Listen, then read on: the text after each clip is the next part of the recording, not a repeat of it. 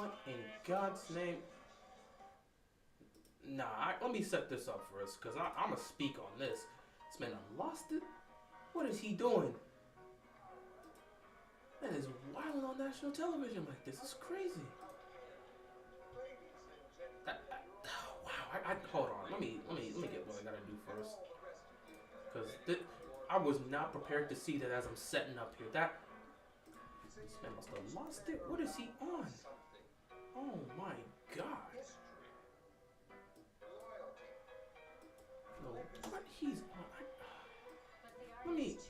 Let me just fix this for a second and get started, because I cannot believe what this man's doing on national television like that. What is he on? Alright.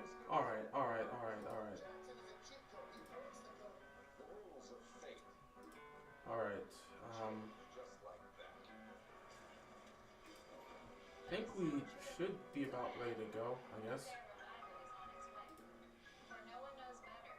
Got a lot of time, and I want to start early.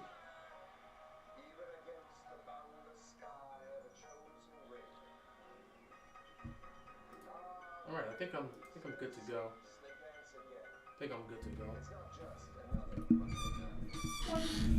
What in God's name was this man doing here?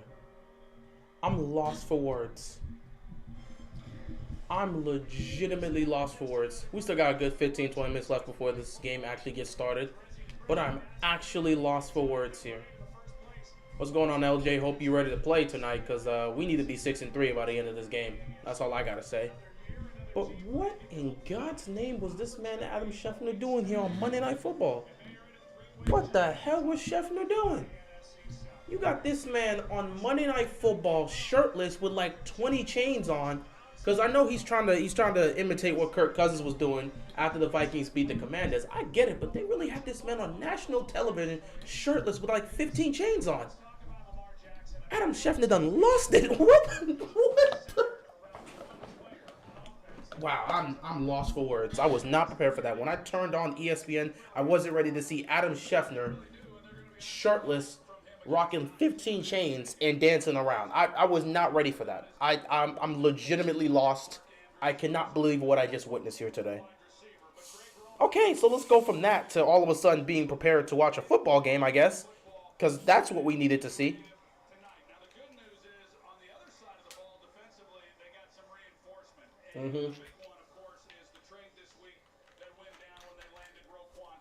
It's about to be a headache of a football game. Oh boy, I'm not ready. I am not ready at all. I'm not ready. I'm not ready. I'm not ready. I'm not ready. I'm not ready. I'm not ready. I'm not ready. But we gotta be ready, because this game is going to be quite the headache. Can it be one of those days? Can we get one of those games where it's Can we get one of those games where I'm fine? Actually, no, I'm not fine, because Adam Scheffner done lost his mind over here. It's got me confused. I was not prepared. See, this is why you don't start early. You don't start early because you don't know what these guys going to be doing. I understand they were doing their final segment of Come On Man, but I wasn't prepared. I'm sitting here getting myself ready. All right, mindset. Ravens, Saints, Monday Night Football. We got to win this game. Lead the division. Let's go to 6-3. I turn on the television, and the very first thing I see is Adam Scheffner at the Dome on Monday Night Football, freaking shirtless, rocking like 15 chains, imitating Kirk Cousins, who was doing that on the plane after a victory, after the Vikings beat the Commanders. He was on the plane with all the other players, and he was just rocking his chain like that. And Scheffner decided, let me do the same thing too. That's the first thing I saw when I turned on the television. I was not ready for that. What the hell are they doing here? That done got me completely lost. I'm like, I'm trying to watch a football game. What are y'all doing on television? Straight up lost. But yeah. Let me try to get back into let me get back to the mindset of a football game, because I'm straight up lost. Scheffner's done a lot of crazy things, but not even a lot crazy. He's done a lot of wild things, but that one takes the cake. This man's on Monday Night Football, bro. Who convinced Scheffner to do that? That was planned. Did he just come into work this day saying, you know, we're gonna be at the Dome today, covering, just doing the preview before the game actually starts, Let me see if I could do this. Like, did he see Kirk Cousins do that and say, I'm coming into work tomorrow and I'm going to do it just because I'm Adam Schefter? Like what was that? Was that something planned? Did somebody at ESPN bet him to do that? What was that? What was that shit? Oh my God, I can't. I legitimately can't. I'm lost. This man done lost the plot. He must have lost it. He really doing this on Monday? Anyway, what's going on, everybody? Hope you guys are enjoying your day. Monday Night Football. I really hope this is one of those games where the Ravens just crush the Saints so we can just sit back, relax, and not have to stress. Okay? Because every game this season the Ravens have had, some stress has been there. You know, besides week one. Week one, there was some stress there. Honestly, no. Because the first half against the Jets, by the way, I'm going to keep saying that. I told y'all the Jets defense was for real. I told y'all the Jets defense was for real. A lot of y'all didn't believe me. Now I'm getting my flowers. But yeah, the first half of that Jets game, we weren't really getting anything going offensively, but we weren't really stressing in that game because everyone understood that this week one, and a lot of our players that are on the field were not here, were either missing, or were either coming back from injury, missed time in training camp, or whatever. So week one, we didn't have to deal with that stress. Week two, we thought we were about to have one of those dominant victories, then we choked. Week three, there was somewhat of a concern, and then it just, ever since then, it's been like that. We've yet to have a win where we felt, okay, we're not dealing with any stress in the entire game. Can we get one of those games? I have no idea if we're going to have that tonight, but we'll see. What's going on, HC Picks? Agent, my man, how you doing, bro? Appreciate you guys stopping by here. Yeah, we started the stream early because I wanted to talk about the inactives list. I wasn't prepared for what I would see when I turned on my television. Adam Schefter, he done lost. Someone told him, bro. I can't get over this before the game starts. Somebody had to have told this man, this is a planned segment. They must have planned this. When he came into work, someone told him to do that. There's no way you're telling me Adam Schefter saw Kirk Cousins do that and thought to himself, I'm going to do that tomorrow night on Monday Night Football. No way. But yeah, let me get back on topic. Ojabo active, that's exactly what I'm here to talk about. That is exactly what I'm here to talk about. The inactives list. I'm going to give you guys the 6 names on the inactive list here because that was where it was going to be interesting. I thought about making a video on it, but you know, I usually don't do videos like that. I'd rather just talk with you guys directly about it just before the game gets started. Let me pull this up here real quick. For the Ravens, they have 6 players that are inactive. The 6 players that are inactive are Tylan Wallace, Gus Edwards, Josh Bynes, Ben Cleveland, Mark Andrews, and David Ojabo. So yes, Ojabo is inactive. He's not playing tonight. Each and every one of these, except one, at least makes sense for me. You know, Josh Bynes and Ben Cleveland, they've been on the inactive list for a while now. We're not surprised about that. They already said Mark Andrews is going to be out. I don't even think he traveled with them to New Orleans, so he's still probably back in Baltimore resting up. Not surprised about that. Gus Edwards was listed as doubtful, but I think he did travel with the team. However, he's not playing tonight. That's perfectly fine. Let him rest up with that hamstring.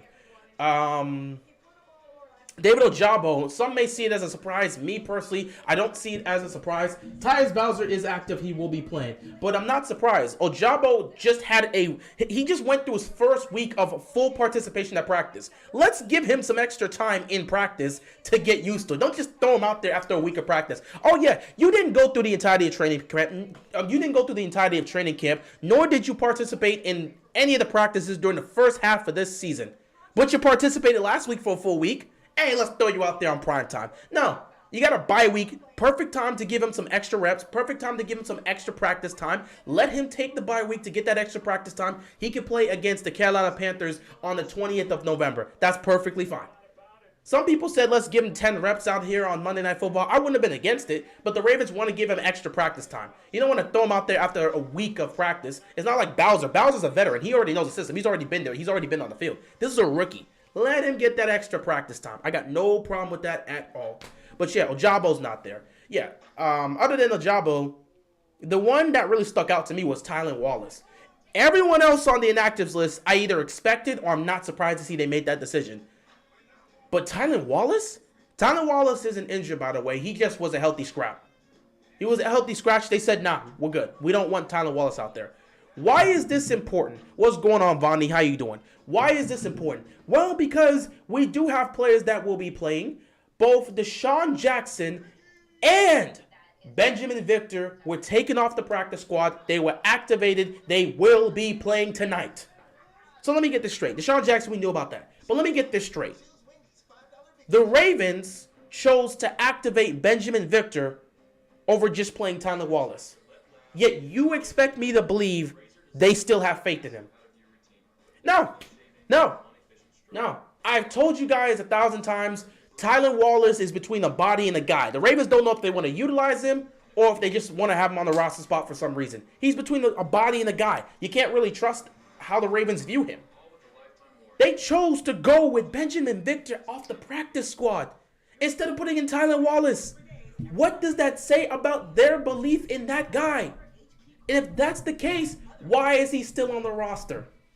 This is why I continue to say the Ravens don't really care about the receiving position. They don't put that much emphasis in the receiving position. How can a guy you rarely use be on the roster spot? I like Benjamin Victor too. I think he's nice. He's a productive guy when he's on the field, when they give him opportunities. But that's not the point. You have Tyler Wallace on the roster. You chose not to play him You chose not to play him and instead bring Benjamin Victor. We already knew Deshaun Jackson was going to be. They brought him here for this specific reason. He was going to play one way or another. But Benjamin Victor over Tyler Wallace? Really? No. What? Juan, what is with you? What type of... You are a weird individual. You keep asking, am I depressed? At what point do I look depressed? This is a very weird question to ask. No, for the 20th time, I'm not depressed. What type of weird question is this? You seem to be alluding to something. Come on, bro. What are you doing? What are you doing? It's Monday Night Football. Just sit back and enjoy a football game. Like, what are you doing? That's a weird question to ask. And you asked that in the middle of me giving a talk or giving a take about why the Ravens don't really care about the rest. I'm busy on football, and you asking me, are you depressed? Feel like it's a commercial, man. Do you care about your family? Well, yes, I do. Do you want to help them out however you can? Why, yes, I do. Are you feeling tired about the way things are happening in your life? Well, yes, I would like a change. Like, is this a commercial? What's going on here? What's with these weird questions? The first question right there really sounds like it's a commercial. Are you depressed? Oh my God, how did they know I was depressed? Okay, let me get back on topic. Have you or a loved one suffered? Yes, exactly, something like that. That's the vibe that comes off of this. Anyway, let me get back on topic because the game's about to get started. The Ravens chose to activate Benjamin Victor off the practice squad instead of playing Tyler Wallace. And you expect me to believe they actually value him as a receiver. What? Really? Feels like Victor's going to have a big play for us if we get jammed up. Who the hell knows? If he gets out there, I hope he gets opportunities. Tonight will be about Jackson to Jackson, Likely. Jackson to Jackson, Likely, and Duve. Yeah, he's going to be throwing the ball to Isaiah Likely, Devin Duvernay, and Deshaun Jackson. I think he might also try to get Demarcus Robinson involved because, they seem to have found some. They found something in that Bucs game because he was getting a good chunk of the target. So that might be the case here. We'll see what happens. Anyway, Monday Night Football at the Dome. Game getting ready to kick off here. Can't wait to see what happens. Should be an interesting one. But yeah, they really chose. They legitimately chose to activate Benjamin Victor instead of playing Tyler Wallace. How do you expect us to take that? I'm supposed to believe they actually value Tyler Wallace and see him as a productive individual when they're not even willing to play him in this game? Come on, man. Come on. Like I said, Tyler Wallace is in between a body and a guy. He's in between a body and a guy for the Ravens. He's either a guy, somebody that could be utilized, but probably won't get the opportunities, but he is on the field trying, or he's a body. He's just here to take up a roster spot. I don't know which one he is. The Ravens don't know which one he is, and it's been very, very confusing. Now, Prochet he's been a body for much of his career in Baltimore. Sometimes it looks like they want to make him a guy, but he's been a body for much of his career, and I don't think that's going to change. Oh, it seems like the Ravens won the toss. They're going to kick it, so the Saints offense is going to be on the field. Apparently, there's no Jarvis Landry tonight. So that's another target and another weapon that the Saints are going to lose. No Jarvis Landry, no Michael Thomas because he's out for the season. That is unfortunate. But the Saints, they're not really much of a passing team. They dominate with their run game. The mix of Taysom Hill and, well, I mean, I should start with the mix of Alvin Kamara and Taysom Hill. But Taysom Hill's really been doing it for them. And here he comes. The man Ravens flock has known for many, many, many years. This dude has given us problems. Andy frickin' Dalton. No one understands why the Ravens have struggled to deal with Andy Dalton. But my God, is Mark Ingram there? I actually don't know. I think he might. We'll see. If he plays, we'll see him on the field at some point. I don't know. But Andy Dalton on the field, this guy is giving us trouble. Roquan Smith is out there, so this should be interesting to see. 1st and 10, right off the bat, they go with throwing the football. Andy Dalton, looking, firing, caught. Got it to Olave. He picks up a 1st down right off the bat. Saints come out throwing the football, and they were able to pick up a 1st down. So, yeah, look at this. Marshawn Lattimore, Bradley Roby. Mark Ingram is actually, okay, he's injured, but I don't know if he's, no, I guess he's not playing in. Michael Thomas is out for the rest of the season. Jarvis Landry, he's not out there. So I don't think Mark Ingram's out there because he's on the injury list, so I don't think they played him. 1st and 10 here for the Saints. They make a stop here. They try to go for Kamara, or they try to hand the ball to Kamara and see if they can get something on the run. And Marcus Peters blows that up. 2nd down here. Juan, you keep asking the same questions. You understand that is, yeah, Michael Thomas is done for the season. It's unfortunate. You continue to ask the same question. I've given you the same answer. Do you understand what the definition of insanity is? Like, do you just take pleasure in asking the same question and getting the same answer over and over again? And then you try to word it differently, knowing the exact same thing I'm going to say. Come on, bro. I don't have a score prediction. I never have a score prediction, especially with the way the Ravens have been inconsistent. I don't trust it. 2nd and 10, they're going to give this to Kamara, and he's going to be stopped for 3 yards. 3rd down coming up here. Shout out to the Houston Astros. Yeah, shout out to them. They actually won the World Series. I thought the Phillies would pull it off, but the Astros won the World Series. Congratulations to them. Hopefully nothing comes out that says they had some assistance towards winning that this time. But, you know, you got to get past that at some point. Hopefully this team will not be shrouded in that. That level of controversy was very tough for them. Anyway, 3rd down and 6 here. Dalton takes a snap. Immediately pressure's coming. He's got to throw the ball away. Incomplete. And the Ravens defense gets the Saints offense off the field. Time to punt. And look who's out here getting the pressure right off the back. Right off the bat. Wow, right off the bat. What am I talking about? Right off the bat, Tyus Bowser with the pressure on Andy Dalton, forcing him to throw that ball away. What is going on, Cool Kai? How you doing, man? Appreciate you stopping by here. Great pressure by Bowser, clearly making his presence known right off the bat. So, here comes the punt for the Saints, and Baltimore's offense will be coming on the field here. So they still have Duvernay out there at the return spot. Not surprised to see that. But here comes Lamar Jackson and the Ravens offense. Obviously, they got Deshaun Jackson here tonight, so you might see them attempt to target him. Trust me, they're going to throw the ball to him. Quick commercial break here, but trust me, they're going to look for Deshaun Jackson at some point in this game. We'll see when. You watch the Orioles? I occasionally watch them. It's not like I'm not the biggest baseball fan. I'm more of a casual baseball watcher. But I do watch them, and I think they made huge strides this year. Because, I mean, honestly, the way the year started, it looked like it was the same old thing. And it's like every year in Baltimore, baseball sucks.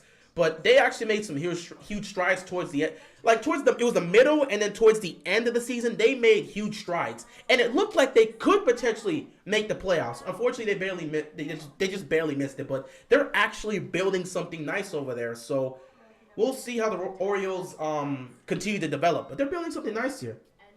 Happy birthday, Jalen. Hopefully, the Ravens grant you a win. That's the only birthday wish you could want as a Ravens. A victory tonight on Monday Night Football against the Saints. Let's go into the bye week on a positive note. It doesn't matter if you choose left or right because they're both chewy, crunchy, and delicious.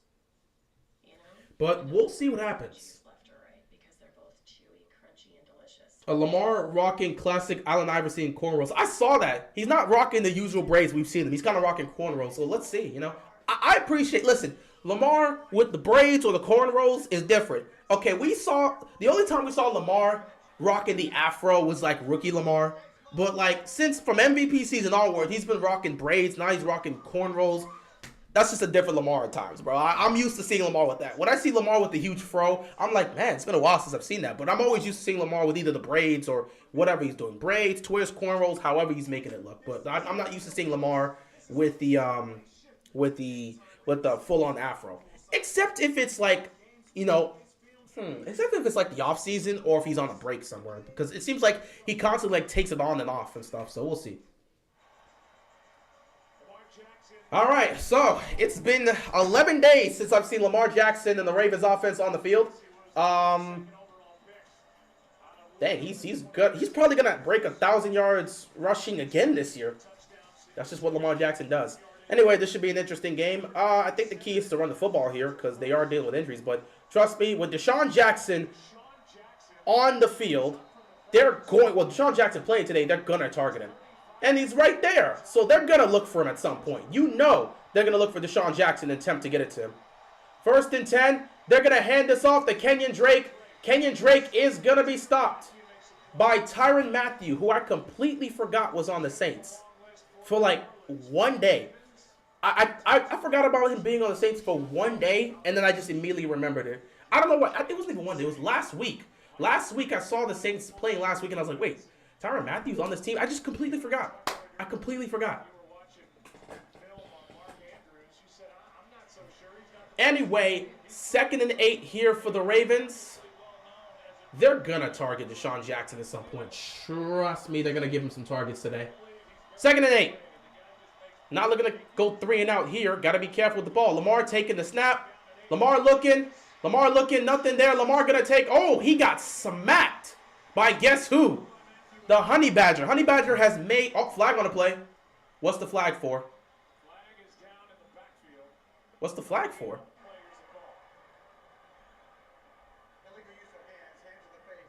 Oh. Ooh. Hands to the face by the defense. That is not how you want to start off. You don't want to start off with a flag on the first drive of the game. By the way, tonight, defensively, I don't know if I've already said it, but yeah, Marshawn Lattimore is not playing tonight, so your best corner is not going to be out there, which I guess should help out the receiving core. You would assume so, but with Baltimore's scheme, they're already dealing with an uphill battle. Except Deshaun Jackson, he's literally here to run go routes and just get down the field at any point. So no one would be surprised if he just runs go routes for much of this. I mean, he's not just going to run go routes, but would you actually be surprised if they did that? Anyway, here we go. Lamar.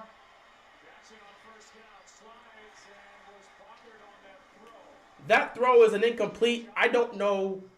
I think he got hit with that throw.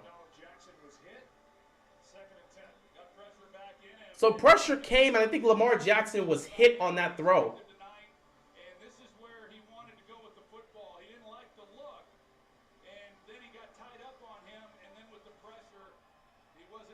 Was going for Deshaun Jackson, but the look wasn't really there at that point. We know they're gonna connect at some point. We know they're gonna connect at some point. Anyway, 2nd and 10 here for the Ravens offense. They're gonna motion Likely, and they're gonna run with Kenyon Drake, and nothing happens there. Well, what's going on, Devin? How you doing, man? Can Greg stop running these? He's not gonna stop running these weird formations. It's not gonna happen.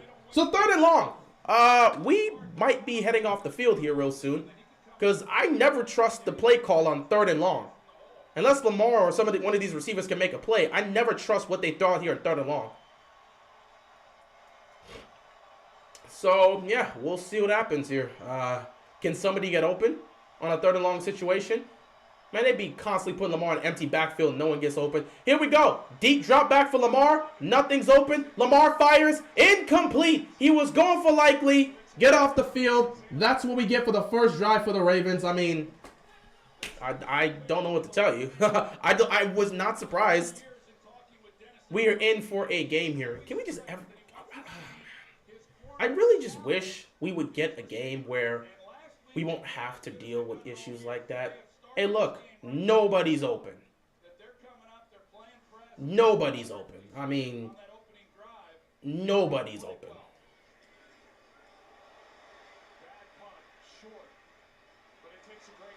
Bad punt that takes a fantastic bounce. Because nobody could field it. That was a bad punt that ended up at the 16-yard line. You know, take it. Take it. That's crazy. The initial punt was bad, but none of the Saints could locate the ball, so it ends up bouncing all the way to the 15-yard line. But, yeah, it don't matter what you throw out here. It is what it is. Do you feel good about your Ravens beating the Bucs? Are you talking about last week's game? I mean, it was a solid win. They actually got on a winning streak, so that was cool. I liked how we spread the ball in the second half, but the problem with that is the Ravens were forced to spread the ball around. They lost Rashad Bateman and Mark Andrews, so they were forced to spread the ball around. It's not like they would normally do that. I don't know if the Ravens do what they do in the second half in the pass game if Rashad Bateman and Mark Andrews don't get out, because those two are the weapons Lamar likes to go to, and those two are the weapons that the Ravens love to try and get the ball into. So I don't know if we spread the ball around the way we did against the Bucs if those two are not in. But tonight you're kind of forced to spread the ball around, and I have no idea how that's gonna go. But yeah, I guess it was a good win against the Bucs. The Bucs aren't a good football team right now, so it's not like it's a major win. But at the end of the day, a win is a win in the National Football League. You just take it wherever you take it. Offense needs to settle down. Offense ain't even got going. What did they do? Like, offense ain't done nothing. They ran some plays that didn't really work out. What's going on, Simple? They ran some plays that didn't really work. Okay. Let's see. I mean, first down was a run. Went for like 2 yards. Second down, Lamar took off because nobody was open and the pocket was collapsing. Then a penalty happened. Illegal hands to the face. They get a first down again. And then first down here, Lamar got hit as he threw. Second down, they ran the ball, didn't go anywhere. Third down, he tried to get it to Likely. Nobody was open. So far, Lamar looks horrible. It's been one drive. Charles, what are you talking about? It's been one drive. And where did Lamar look horrible? Nobody was open. Nobody was open. What type of assessment is that? They ran, how many, let me see. First down, second. They ran 5 plays. They ran 5 plays. And it's the first drive of the game. And you're saying he looked horrible in a situation where nobody was open. And in one of his throws, he got hit as he threw. So, where you... I don't know. Y'all come up with these weird assessments, bro. How do you assess... Yep, after one drive, he looks horrible. No one was open.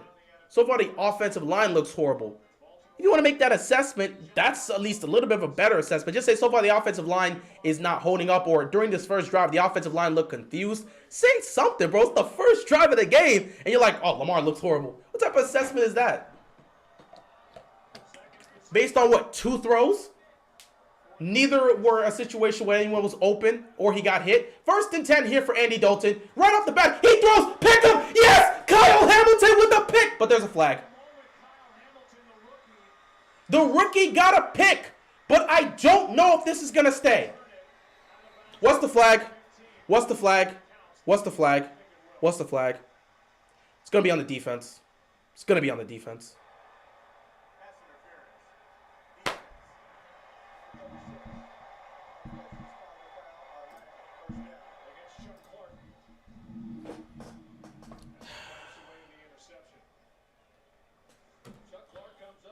Going to be slow on offense with all these injuries. I mean, look at the lineup, but I trust the defense and offense will warm up. Let's go.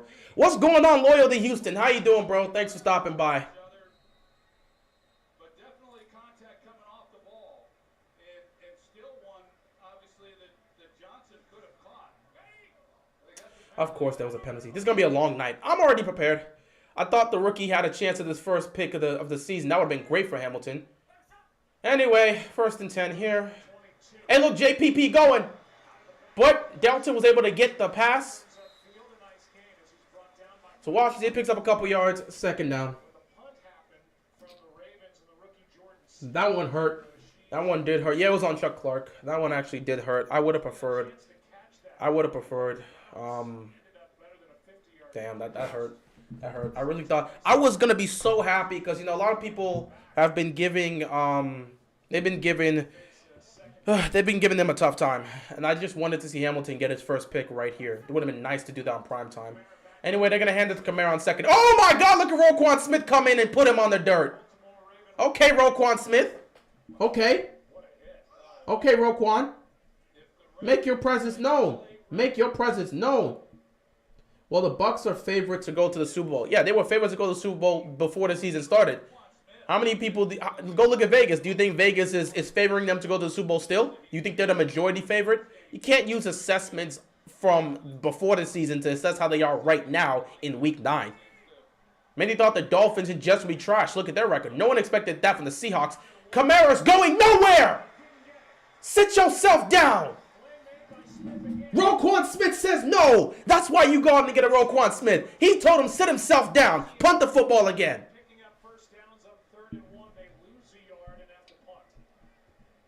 I like seeing that Lamar is getting better. He just needs his playmakers to stay healthy. Yeah, I mean, good luck with that.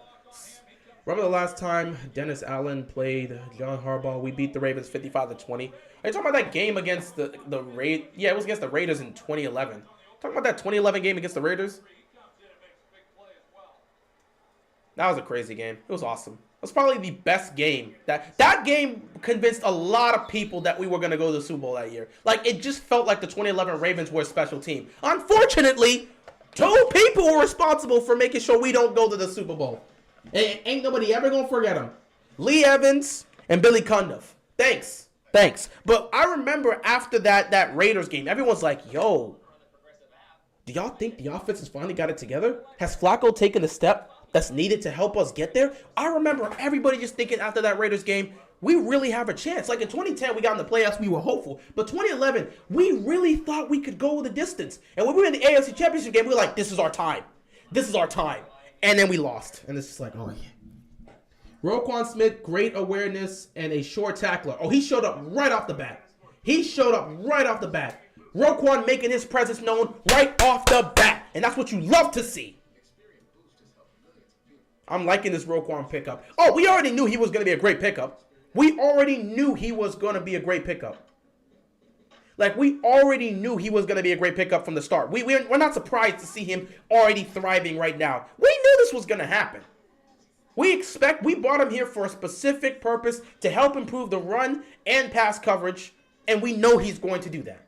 We're going to pay him, though? That one is up to the Ravens. They pay their defensive players for the most part. But if you ask a certain person in New England, they don't always do that. Man, just imagine if we had him with all our DBs. True. Wish Washington would have got Roquan. I mean, it wouldn't help. The issue with Washington is not the defense. The issue is the offense. And you know this. We need more consistency. We need a lot more consistency offensively.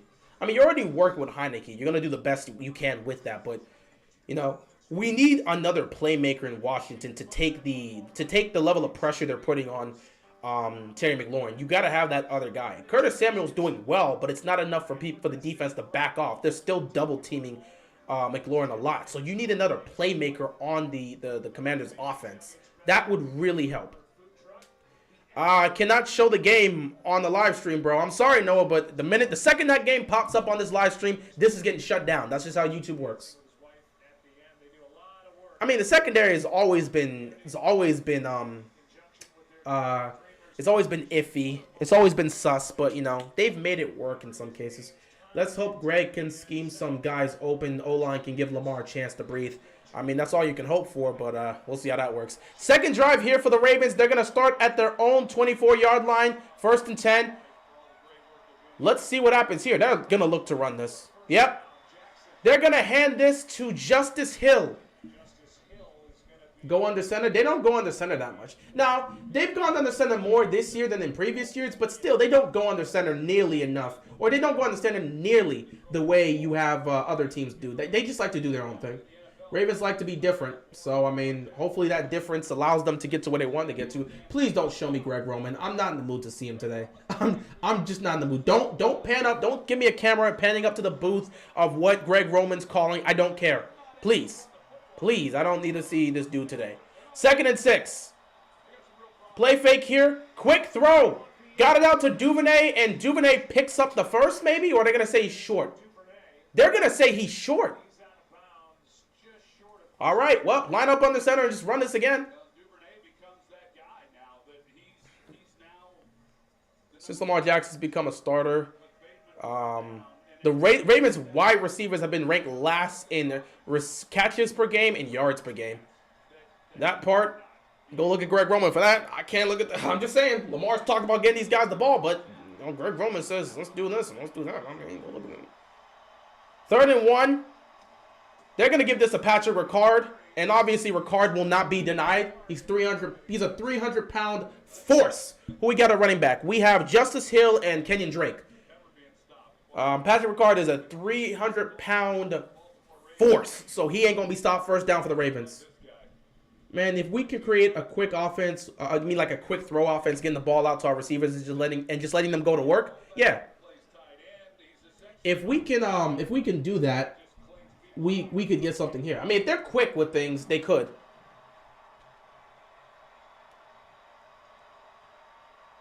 First and 10 here. Play fake here. Lamar looking, going downfield. It is caught by Deshaun Jackson. We already knew they were going to look to get Deshaun Jackson involved, and that is his first catch as a Raven. Why does the Saints run defense look elite so far? I mean, they're just executing. What do you want me to say? They look elite because they're just executing. Give the defense their credit. They're just executing right now. They're making stops. They understand that the strength of the Ravens is running the football. So they're going to look to take that away from the Ravens.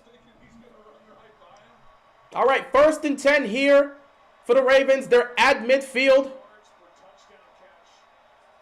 They're going to look to run this. They're going to give it to Kenyon Drake, and Kenyon Drake looks like he picks up about 5 yards. 2nd down here for the Ravens. I said to Deshaun Jackson, I heard you're going to be 36 next month, and he said, nah, I don't know what you're talking about. That's just a number.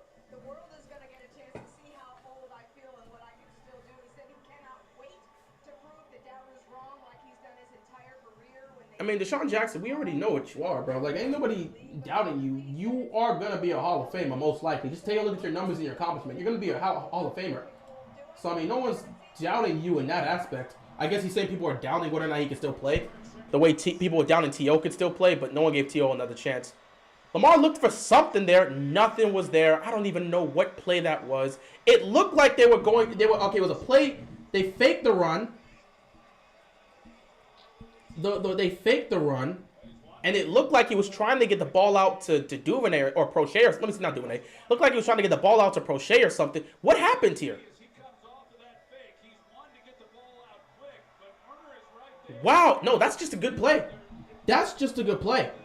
That's just a good play by the defense, because they read it. They knew where Lamar wanted to go with the ball, and there was still another person ready for him to take off. So they just smothered them. Whatever play the Ravens were running, the defense was absolutely prepared for that. 3rd down and 8. Ravens need to get to the 39 to continue. Lamar fires. Get us to Prochet, and Prochet actually getting looks. Prochet picks up a 1st down. Prochet with the catch. Okay. We run it all the time. Yeah, we run it a good chunk of it. Well, we run it the majority of the time. I don't know what play that was, but hey, the Saints clearly read that and got it out. But, you know, Lamar was able to get that to Prochet, who was underneath, got it out quickly because the pressure was coming, and Prochet picks up the 1st down. 1st and 10 for the Ravens here. They're not only in Saints territory, they're in field goal range for Tucker. Justice Hill gets the football, and he's going to be tackled way behind the line of scrimmage. The Saints are not going to let the Ravens run this football today because they're not getting any quality looks here. They are fundamentally sound on stopping the run. They're not even falling for anything. Look at this play right here. This play was screwed the minute the ball was handed off to Justice Hill. 2nd and 13 here for the Ravens. The run game is not going to get going. They understand, hey, you guys are missing some key weapons in the pass game. You're going to look to run it a lot. We're not going to let you run this football on us today. 2nd down and 13. Empty backfield here for Lamar Jackson. He takes the snap. Pressure's coming, but he fires. It is caught. It's caught by Demarcus Robinson, and he looks like he's going to be like a yard or two short. So it's going to be 3rd down and short here. Crochet catching passes with no flags. Get the camera. That's funny.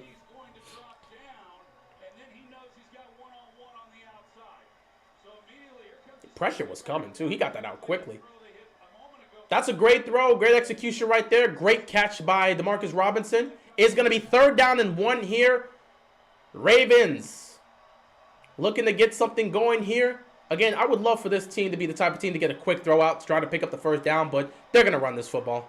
They're going to run this football most likely. With the formation, they're going to run this football. And Lamar's going to take it himself, and he's going to pick up the 1st down. Like I said, I knew they were going to run this one. In 3rd and short situations, they run it. You see Kirk Cousins with all them chains? Yep, I did. He was chilling out and wilding out on the plane at the same time. Man was looking like Vanilla Ice with them chains on. But good for him. His team got the win. He gets to celebrate with his teammates however he wants to. And his teammates are rallying behind him. So the Vikings seem to be doing something special this year. Hopefully it works out for them. But, you know, we'll see how that goes. It's a 10-play drive right now. Taking 7 minutes off the clock. The first quarter is almost done. Anyway, 1st and 10 here for the Ravens. This was a... wow. Lamar looking downfield. He got it to Likely for the touchdown. Ravens, get in the end zone. I don't like when we choose to have Lamar settle for one side when we start rolling him to the left or rolling him to the right. But in this situation, they snapped it and faked it like Lamar was going to take off running. Likely got open downfield. Lamar just tosses him. A beautiful 24-yard touchdown reception by Isaiah Likely. That's what you want to see. They've made this look like a run. Isaiah Likely continues to take off. They make it look like a run. He gets open. Lamar just gets it to him. Beautiful pass. In stride. That's all we needed to see. Touchdown, Ravens. 11 plays, 76 yards, 7 minutes taken off the clock, and the Ravens get the first lead of the game. That's what you want to see.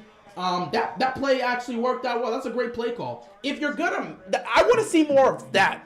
I want to see more of that. If you're gonna roll Lamar to the left or right, you have to come up with a play where it looks like they're gonna run this football. Because when you snap the ball and it looks like, and you just start rolling Lamar to the left or rolling Lamar to the right, it's been effective. However, they ran this play last week. This very same play, they ran it against the Bucs. They took the snap. It made it look like Lamar was taking off. They took the snap. Lamar had the ball. He was running towards the right, making it look like he's going to take off. And then he threw it to Isaiah Likely, who ran the exact same route. The same route he ran here seems to be the same route he ran on Thursday. That exact same play worked for a 1st down. Tonight, it works for a touchdown. That is one play Greg Roman needs to keep in his pocket. Because everyone's so concerned with Lamar's ability to run the football and worried about his legs that if you can convince the defense he's going to take off running, you're going to get guys open. I do not know why the Ravens don't try to really confuse the defenses and make it look like Lamar's really going to run when he's actually looking to pass. They could have a lot more option plays if they do that. It's similar. It's like an option play. They can have a lot more plays like that. Congratulations on, that was Lamar's 100 passing touchdown. Well, congratulations to Lamar Jackson. 100 passing touchdowns in his career. That's great. That's fantastic. Lamar's been doing everything for us. Gotta love our quarterback going out there making the play. What's going on, man? Appreciate you stopping by. Let's go Likely and Lamar. That connection seems to be great. That's what you want to see. That was actually executed well, and that's something you want to see, man. I don't know why. If there's anything I could look at Roman at and question why he doesn't do more, it's plays like that. Plays where you confuse the defense into thinking you're going to run when actually you're trying to get somebody open. That play worked last week against the Bucs.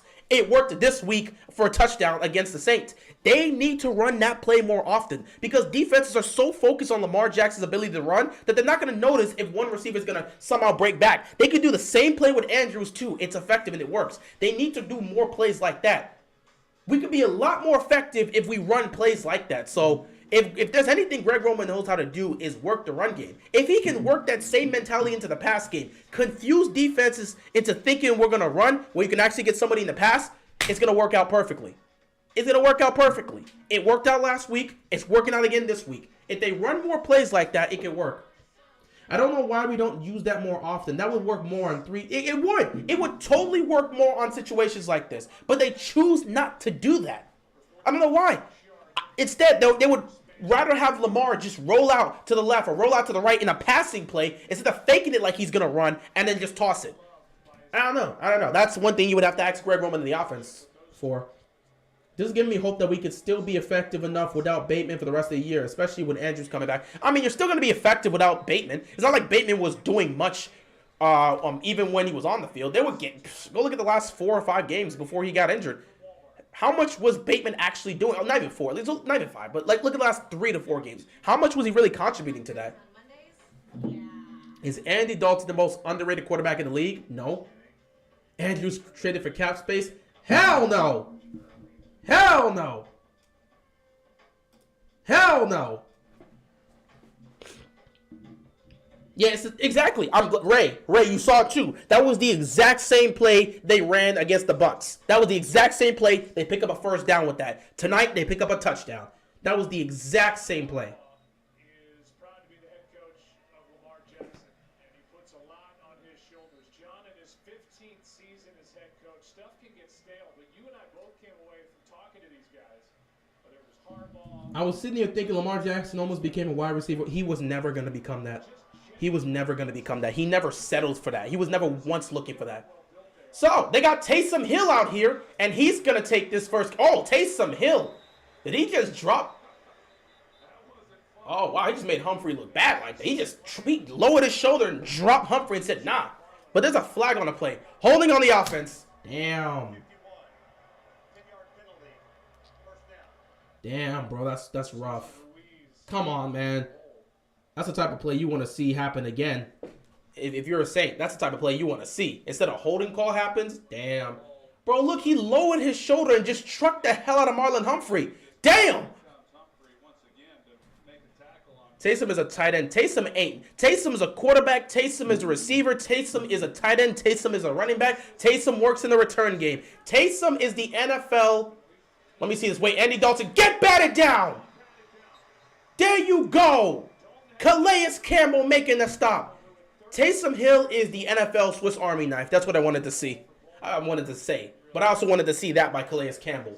2nd and long coming up here for the Saints. It's just been amazing watching him, and he may not be what he once was, but he's still. Calais Campbell's still making plays. That's what you want to see. So 2nd and 20 here for the 2nd and 20 here for the Saints. There's 55 seconds left to go in the first quarter. Maybe one other play is going to be ran after this. Here we go. Dalton just tosses it. How in God's name did Kamara catch that? They gained a lot of yardage there to pick up the 3rd down. One-handed catch for Kamara. Holy crap. Hey, who scored the first touchdown? The first touchdown was scored by Isaiah Likely. Lamar hit Isaiah Likely for the 24-yard touchdown. Lamar with the Allen Iverson braids. Oh, yeah, he got them. He got them AI braids today. Campbell is mad old and is still good. Yeah, you know, when you have a long career and you're that effective, you find new ways to be. When you get into your career, you gain that experience, you'll find more and more ways to be effective. And that's what Calais Campbell has done. By the way, yeah, Lamar had his 100 touchdown pass with that pass to Likely, and he also had over 4,000 rushing yards, so he's the first player in NFL history to do that. Oh, look at this go down! Guess who? Justin Houston with a sack on Andy Dalton. That will make, what, his 7th sack of the season? Justin Houston is our best pass rusher. Justin Houston is our best pass rusher. This is amazing. Look at this. Look at Justin Houston work that offensive lineman and get to Andy Dalton. So, yeah, Justin Houston's by far our best pass rusher. Best pass rusher. But, yeah, what was I saying? Lamar is the first quarterback in NFL history to have 100 passing touchdowns and 4,000 rushing yards within the first 5 years of a career. Yeah, No one else is probably going to do that in this. You may have someone else to come and try, but I don't know if anyone's going to get that done within the first 5 years of their career. Then again, as time goes on, we got players with talent popping up. These rare, once-in-a-generational type players. They keep popping up and doing crazier and crazier things. The records we saw Michael Vick set, we never thought anyone would break them, but Lamar is breaking each and every single one of Mike Vick's records. I don't know if he's going to break every, but he's breaking so many of Mike Vick's records, and he's setting his own personal records. Maybe there'll be another quarterback that comes along and breaks Lamar Jackson's records. I don't know. We'll see. But that's just how time goes, and that's just how history is. But right now, what Lamar is doing is sensational. We might just have the best defense in the league. I mean, talent-wise, we're up there with some of the best, but I don't know if you could say they're the best defense in the league. We'll have to see them be more consistent. The defense looks completely different. Well, they're getting healthier. The defense is getting healthier, and they're improving. So, yeah, like I said, I'm not surprised. Again, give it time. We understood that the defense wasn't healthy. So they're getting healthier, they're getting guys back, and McDonald's getting better and better with this play calling. So you got the talent, and the coverages he's throwing out there is improving. So yeah. You think Lamar will be a Hall of Famer? Well, I'll say this. Lamar is already on a Hall of Fame path. Lamar has a unanimous MVP already. He has a unanimous MVP. He's led the league in touchdown passes. He's breaking Michael Vick's record. Some people already say Michael Vick should be a Hall of Famer. Lamar's breaking that dude's records. Has an MVP to his name. And he's playing at a high level damn near every year. Lamar is on a Hall of Fame pace. Let me tell you this. Lamar's on the Hall of Fame pace. Patrick Mahomes is definitely on the Hall of Fame pace. In fact, people will probably put him in the Hall of Fame already, though I don't think you should do that. Josh Allen is on the Hall of Fame pace. You got a couple guys that are on the Hall of Fame pace. I absolutely believe if Lamar plays like this for the next 5 to 7 years, because I'll make it 12 years in his career, undoubtedly he's going to be a first ballot Hall of Famer. Are you shocked by how the Packers have been playing terrible? I'm shocked to see them play this terrible with Aaron Rodgers. I'm shocked to see them play this poorly with Aaron Rodgers as your quarterback. If this was going to be the case, they should have just had Jordan Love. At least you can have an excuse. You can't be playing this poorly with Aaron Rodgers. And Aaron Rodgers himself has been playing poorly. So yeah, I am shocked to see them playing that bad. I wasn't expecting them to look that awful. But my God, he's looked awful. The offense has looked awful. I don't know what to say. Who's the next coach who will be fired? I haven't a clue in hell, and I'm not about to try and predict who's going to get fired. We got Ravens defense again. They're getting better and better. So you got to love. Yeah, defense is definitely playing good. They're playing good. They're definitely playing good, and this is what you want to see. Thoughts about Frank Reich getting fired? I was a little bit surprised, but I was even... Oh, get out the way! I was surprised to see him get fired, but I was more surprised to see that they decided to promote Jeff Saturday to be the head coach, pretty much right now, the interim head coach for the Colts. I was about to say. Well, I'm repeating myself. My God, my mind is jumbled. let me turn it back. I was a bit surprised to see Frank Reich getting fired. I didn't think he was the problem. I didn't think he was the number one issue. But I'm even more surprised to see Jeff Saturday take that role, because you have two other people on your coaching staff that have coaching experience, but you chose Jeff Saturday, a guy that's never had coaching experience. Yeah, he's in your ring of he's in the Colts ring of honor for being a great center for the Colts. You know, he was Peyton Manning center when he was in Indianapolis, but still, he hasn't had any coaching experience. So they're really gonna give that to him. 1st and 10, Ravens gonna run it with Kenyon Drake. He picks up about 4. Second down coming up here. I was just surprised to see they gave that job to Jeff Saturday when you have two other guys on your roster. That have experience as a coach. But you gave it to Jeff Saturday, a man who has never had experience coaching before and is known for being Peyton Manning center when he was with the Colts. That's okay. Yeah, so some people are looking at Jim Irsay and saying, is he drunk when he made that decision? What's going on with this dude? But, yeah, I was shocked to see Frank Reich get taken out like that. I wasn't expecting it. 2nd down, they're going to hand this ball off again. They kind of motioned Deshaun Jackson, like they motioned him behind Lamar going to the left. Looked like they were trying to fake it to seem like they were actually going to pass it to Deshaun Jackson, but they actually handed it off to Kenyon Drake. So 3rd down here for the Ravens, 3rd down and 4. They're going to be looking to throw here. Likely's on the field. Duvernay's on the field. They may be looking to get it to one of those guys. If Deshaun Jackson's on the field, they may... Actually, I see DeMarcus Robinson on the field instead. So, we'll see. Lamar's going to toss it to Kenyon Drake, who was wide open to pick up. We got to do more plays like that. That's another play you have to do. That's another play you have to do. Yeah, Jeff Saturday. The center, the guy that was best known for being Peyton Manning's center in Indianapolis is now the interim head coach for the Indianapolis Colts. Crazy. But they need to do more plays like that. That's something we've been missing from the offense as well. They don't do a lot of plays like that. It's unfortunate. Ultimate Bengals hater here. Bengals still haven't beaten the starting NFL quarterback. Bongos going to Bongo. Hey, it is what it is. I'm not worried about the Bengals right now. 1st and 10. They're going to hand this off to Kenyon Drake, and Kenyon Drake's going to get maybe 2 yards. If there's anything you can say right now, you could say about the Saints defense right now is that they're making stops in the run game. They're not letting the Ravens run this ball tonight. They refuse to let the Ravens run the ball tonight. It's showing. Ravens blowing out the Saints. I would love for that to be the case, but I'm not going to just assume that's going to happen. 2nd and 9 here for the Ravens. Empty backfield here for Lamar Jackson. Let's see who he's going to go to here. He takes a snap. Looking. Going downfield. Nothing was there. It kind of just seemed like, I don't know if he was going for DeMarcus Robinson. That ball kind of fluttered on him. So I don't know if he chose to throw it out of bounds or what. But it looked like he was trying to force that ball to DeMarcus Robinson, but there was 2 guys there. It was just covered.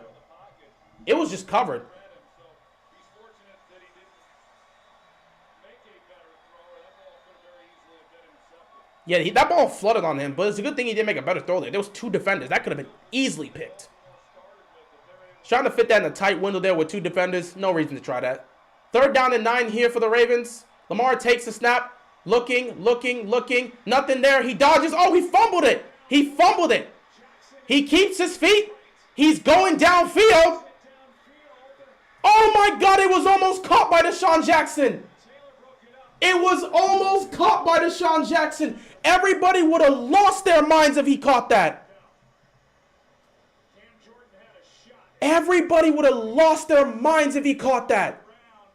So Lamar got pressured by Cam. Oh, wow. He got pressured by Cam Jordan. He fumbled the ball there, picked it up, started taking off to the right, saw Deshaun Jackson open, and threw downfield. Hell of a defensive play. If Deshaun Jackson catches that, everybody's losing their minds. That was a dot. That was on the money. Oh, my God. That was a dangerous catch right there on the fair catch. Bro, that is a hell of a defensive play. Credit to the Saints secondary there. That would have been the play of the season. That could have been the play of the season right there. Oh, my God. That's a hell of a defensive play, bro.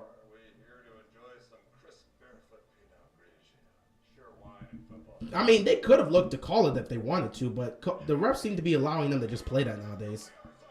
Oh, my God. That right there was wild. Lamar's arm is looking dangerous. I mean, we already knew he could throw the ball down the field. If you were questioning that, that was just you for being stupid enough to not look at the film. The tape showed he could do that. Oh, my God, bro. That was crazy. Deshaun Jackson was open, and Lamar saw him. I'm not joking. That would have been the play of the season for the Ravens. Lamar has power, but needs to work on accuracy a bit. Accuracy isn't the issue. Did you just see that throw he just made to Deshaun Jackson? Accuracy is, he made that throw on the run and put it right where it needs to be. I say this all the time.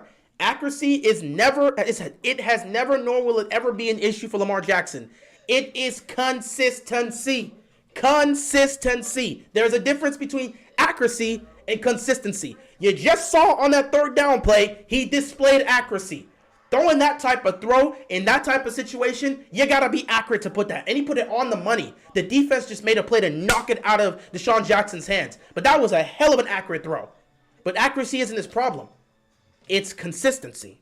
It's always been consistency for Lamar. That's all we've said.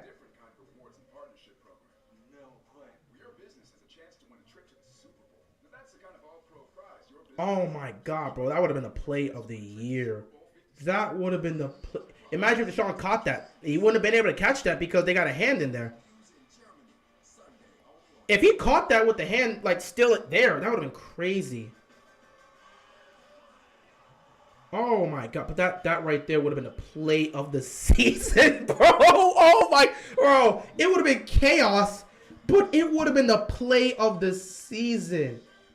Lamar do be inconsistent sometimes. Yeah, but sometimes, a lot of the times when I see Lamar being inconsistent, it's when he's trying to do too much, or it's when he's trying to do too much, or when he's trying to force the ball to his favorite targets. That's usually what it means. Can't that almost mean if you're more accurate, it will make you more consistent? Not necessarily, because you can still be accurate, but, you know, the consistency is like making the easy throws, which again, you know he can make, but there's times he's missing it. It's somewhat of a confusing thing, but consistency, you can say being more accurate can make you more consistent in some fashion, but that's not how it is for every case. You could throw the ball down the field perfect. You can be more consistent as a thrower, but you can't hit somebody down the field 50 yards, 40, 50 yards. It's always been consistency. Accuracy is more so getting the ball down the field and putting it right where it needs to be. Lamar has no problem doing that. He can make all the throws. But consistency is being able to make those throws in key situations and being able to make those throws in a consistent stretch. Consistently hit guys down the field. There are times where he's been even more accurate his MVP season, but there were just moments where you got to see that consistency. So in some cases you're correct, but in some cases consistency is a bit flag. False start here by the offense for the Saints. He can't win the game with his arm alone like great quarterbacks should be able to. Lamar has won the game with his arm before. That's not an issue. He showcased that last year. Do you know how many games we won last year with Lamar utilizing his arm? Lamar has won games with his arm alone. He has. But you're basically sitting there and telling him not to utilize his talent. You got the ability to run. You got these legs that are so dangerous that it puts the terror in other teams. But don't use it just to prove you can do it. Lamar has done that. Oh, they tried to run this weird play here. Nope. Nope. Defense caught it. Third down coming up. But no, Lamar has proven that he can win games with his arm alone. He showcased that. Go look at the games last year, especially when we've been clutch. Look at the games where we've been clutch. Lamar showcased he could do that. Hell, in his MVP season, he showcased he can do that. That was a big part of why he won MVP. It wasn't just, oh, I broke Michael Vick's record. They wouldn't have given him the MVP just for that. But he showcased he can do that. That's never really been an issue with Lamar. Maybe you could say that after his rookie year, but never really been an issue with Lamar showing he can do it with his arm alone. He's had plenty of performances where he's won games with his arm alone. We jumped.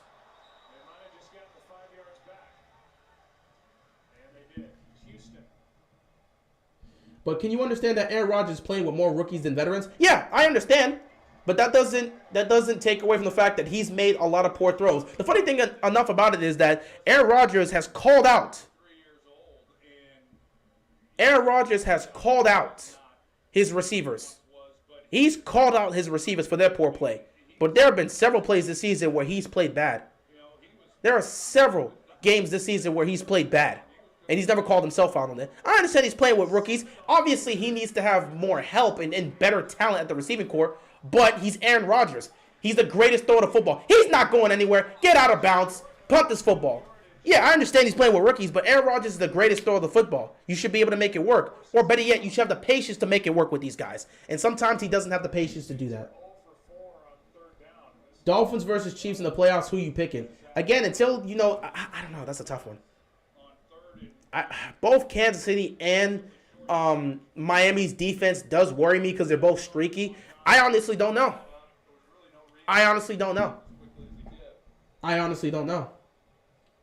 This is what the Ravens defense. Yeah, this is what you want to see from the Ravens defense. This is what you want to see, and this is how you want to see them play.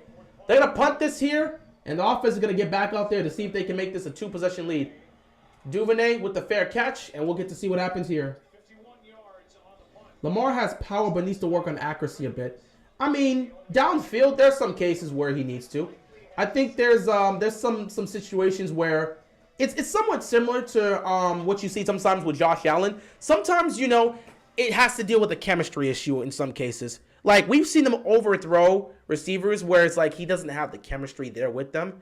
And yeah, I agree. There's some accuracy there. You know, Lamar, this year, if anything, this year's shown that Lamar has an arm. I don't know why people didn't see that in previous years. He's thrown it down the field before, but this year has showcased that he has an arm.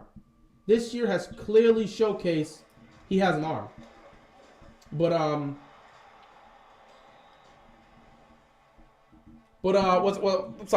there's times, but no one was really talking about it or noticing it until pretty much this year when he just started like launching at 6. Like, they mentioned that on Undisputed once, like, he's got an arm, and I'm like, yeah, he's always had an arm.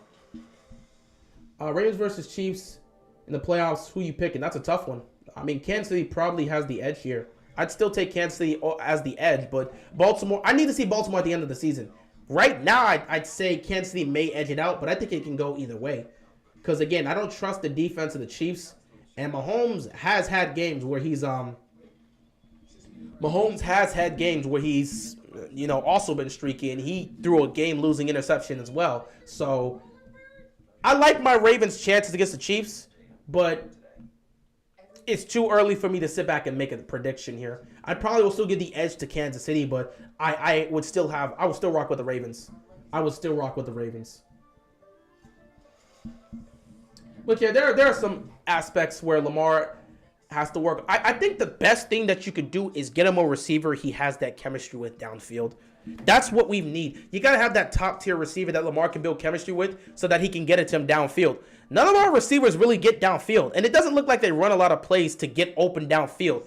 Not to mention, you don't have that guy that can do that. So until we can get a guy that can do that, it's going to be difficult. Because sometimes Lamar, we've seen moments where Lamar will underthrow a ball because he didn't think that receiver was that fast enough. And we'll see moments where he overthrows a ball because he thinks the receiver can get it. Sometimes it's about the timing. It's not always about accuracy. Sometimes it's about the timing between a quarterback and its receiver. And boy, the chemistry here hasn't exactly been the best. I think it depends on home field. If it's in Baltimore, I give Baltimore a good chance. I give Baltimore a good chance to win if they're at home. On the road in Kansas City, I think in Kansas City we could really win. That don't change the fact that Lamar got a noodle attached to his shoulder. I mean, that's just not true. I don't even need it. There's no reason to have an argument. That's not true. The film's out there. If that's what you believe, you're entitled to your opinion. But the film's out there. We've seen him throw the ball 60 yards down the field. If you believe he's got a noodle arm, just like people say Tua's got a noodle arm, it's up to you. Play action here. Lamar. Oh, that's a bad throw by Lamar. He floats it to light it. That's a bad throw by Lamar. That's the second throw we've seen by Lamar where it just hasn't come out of his hands right. That is a bad throw by Lamar. He's open, but I don't know what Lamar was doing on that one. That's a bad throw by Lamar. That's a bad throw by Lamar. Prime Lamar right there. I guess, bro. I already know you're a Steelers fan. Say what you want, bro. But, like, I mean, I'm not going to be on that. You're entitled to your opinion, bro. If anyone wants to go at Jock, feel free to. I don't have time for Steelers fans right now. They're 2-6. I don't care what they're doing until we face off against them. 2nd and 10 here. That was a bad throw by Lamar. You got to put down the money, bro. Now he gets it to Deshaun Jackson. That's a better throw. That's a better throw.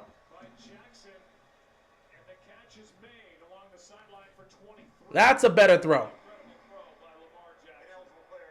Damn it! Beautiful throw wasted. Beautiful throw wasted because Morgan Moses was... Oh, no.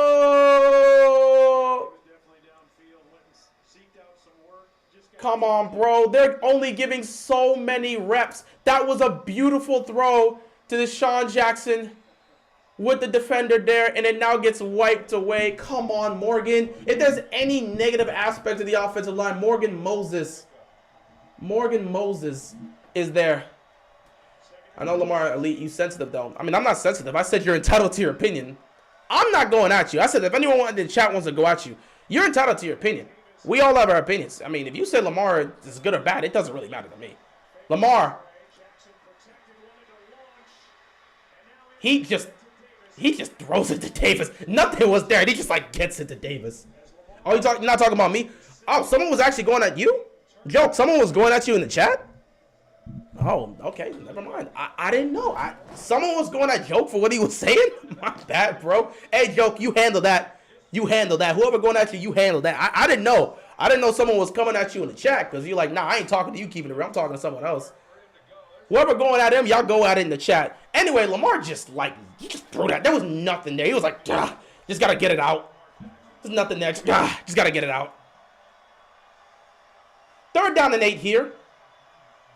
Oh, boy. Pressure's coming. Lamar, standing there. Gets it out. Wide open to Josh Oliver. Someone actually got open. Good on the offensive line for holding up there. That was good on the offensive line. They held up there. Who the hell was watching Josh Oliver? There should have been someone underneath to watch Oliver. All of it. Wow, they just allowed him to go across the field. Who the hell was Who was supposed to be covering him? Who the hell was supposed to be covering him? Who the hell was supposed to be covering him? That's wild. Anyway, man, I'm mad Deshaun Jackson got that play taken away from him. Anyway, Lamar's going to take off with the ball here. That's just what he does. I cannot believe that was taken away from him, bro. We a bottom 3 team right now. I wouldn't say the Steelers are a bottom 3 team. I think there's worse teams than you guys. Listen, once you get TJ Watt back, that defense will start to rise again. Offensively, there's no hope for you guys, but defensively, you could probably win a couple games like that. Wouldn't say you're a bottom 3 team, but you're definitely not where you want to be. You're not in the middle, but you are of the lower tier right now. But get TJ Watt back, and we'll see a huge difference with that defense. Because once you can terrorize somebody with a pass rusher, all of a sudden that secondary can finally start to hold up against these receivers. You're not getting pressure to the quarterback. So TJ Watt has made it, the loss of TJ Watt has made it very difficult for you guys. But once you get him back, you're going to be fine. 2nd and 4. They make a stop here. They said no.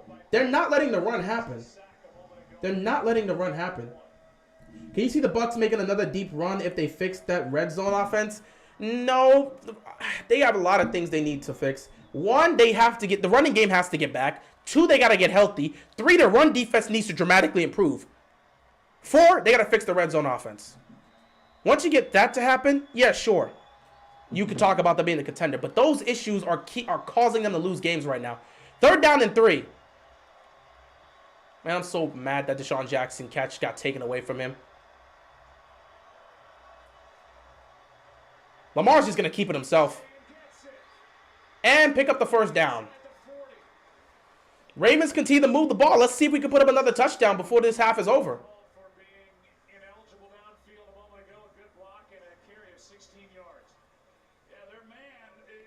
Man, I'm still pissed they took that away from Deshaun Jackson, bro. That was that was a great play. Accurate throw by Lamar and great catch on the sideline by Deshaun Jackson. They just took that away because of an ineligible man downfield. My speed talking makes it so difficult to talk sometimes. Like, my brain goes so fast in processing and analyzing things that sometimes talking is tough to keep up with it. Anyway, Lamar is going to hold on to it. Throw over the middle to Prochet. 1st down picked up. That was an easy read. Good ball security from Prochet. Do you think the Packers can turn their season around, or do you think that their season's over? I personally believe their season's over. The attitude around Green Bay is not good. Unless first of all, Aaron Rodgers has to play like Aaron Rodgers. Aaron Rodgers has to play like the back-to-back MVP we saw. He has to play like that. The receivers are going to have to step up. The play calling has to be better. Execution has to be much better. And then maybe they have a chance. They're going to have to go on a run like 2016. But right now, with the way they're standing, I just don't see that happening. 1st and 10. Lamar stepping up. Looking, firing. End zone. It's through the hands of DeMarcus Robinson.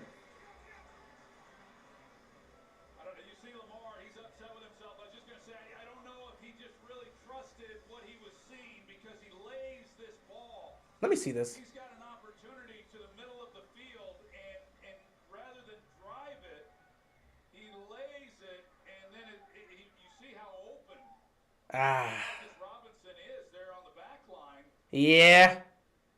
It seemed like he didn't trust the protection. He didn't trust. The players He didn't trust because he had a lane there in him. He probably could have driven that, but he decided to float it. It's like he didn't trust the drive, like it was going to get picked off. Like I'm saying, one of the things you don't want to do sometimes is overthink it, bro. Like, it was there. Sometimes you don't want to overthink it. Lamar he overthought it there. Robinson couldn't grab that. He would have to jump for it, and even then, he wouldn't get 2 feet down. I thought it went through his hands, but, bro, it's just over his hands. So, no, he wouldn't have been able to catch that. But, yeah, sometimes Lamar be overthinking things. You know, if Lamar overthinks things at times, bro, you're going to get moments like that. You don't have to overthink it, Lamar. You don't have to overthink it. Like, that one's a bad throw by Lamar. That one, sometimes Lamar has to be able to recognize the leverage. That was a pass he could have just driven.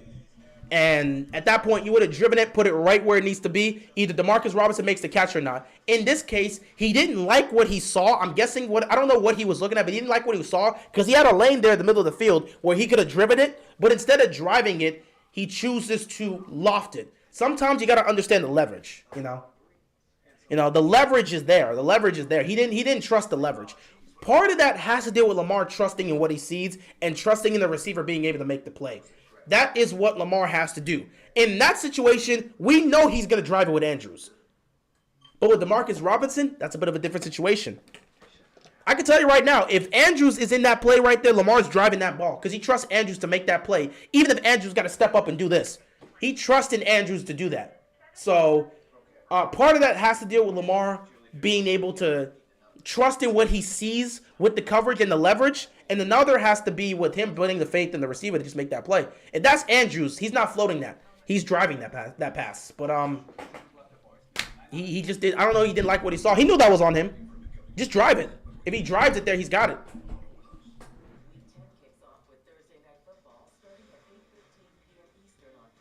Lamar is a Mark Andrews merchant. Well, you throw to great players.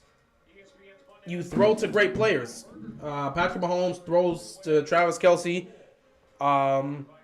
Josh Allen throws to Stephon Diggs. Kirk Cousins specifically throws to Justin Jefferson every time he can. You throw to the elite players. Elite players want to throw to other elite players because they trust in their ability to make the play, no matter who's on them. That's how it works. Anyway, ball's moving well. Mars missed a couple throws here that he knows he should have. 2nd and 10 for the Ravens here. Hey, look who it is. Deshaun Jackson on the field. They're going to look to get it to him. They're definitely going to look to get it to him. They might run this here on 2nd down, though. But then again, with Deshaun Jackson on the field, how much are they really going to look to run this? Whoa. Lamar breaking tackles. Getting inside the goal line. It looks like it's going to be 1st and goal here for the Ravens.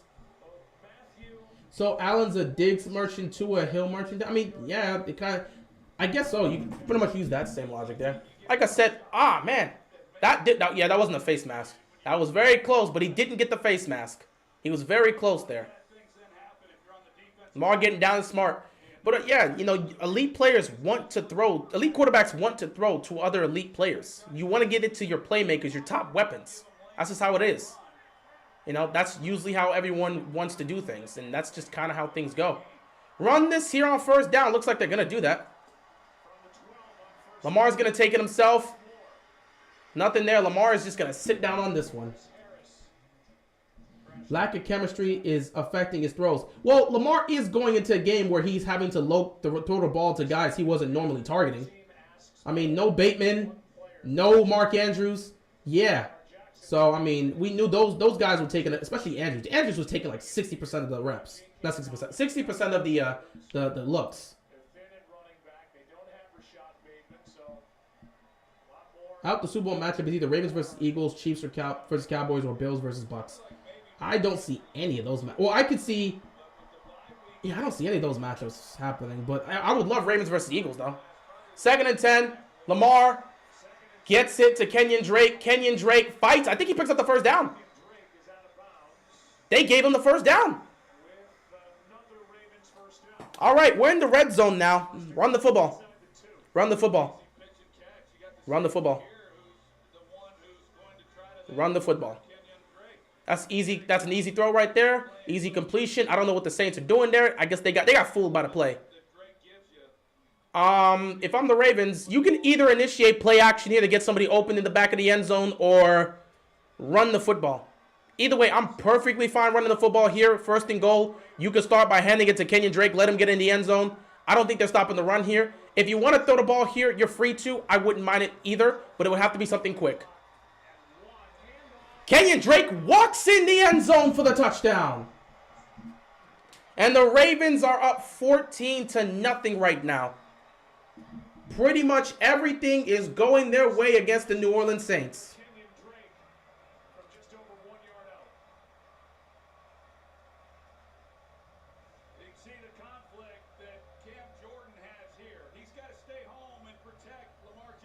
Not a double-digit lead. Yeah, we'll see how they respond, though, but everything's working for them.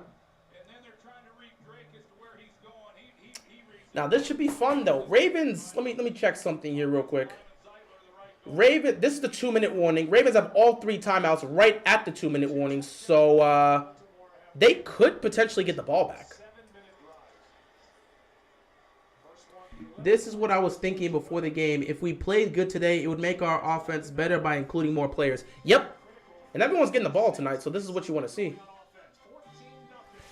14-0 game here for the Ravens. Honestly, if the defense finds a way, to get the ball back, you could potentially just go for it. You can go to see if you can get another touchdown. Dips and twists. $7.99. 8-piece wings. $7.99. Large one-topping pizzas. $7.99. The only place to get this deal. Domino's. USAA presents. Also, Bengals versus Vikings Super Bowl. That's not gonna happen. That is not gonna happen. That is not gonna happen. If it happens, it'd be interesting, but I don't see it happening. I wasn't watching the first 10 minutes of the game. Do we get the ball after halftime? Yep. The Saints got the ball first, so Ravens get the ball coming out of half.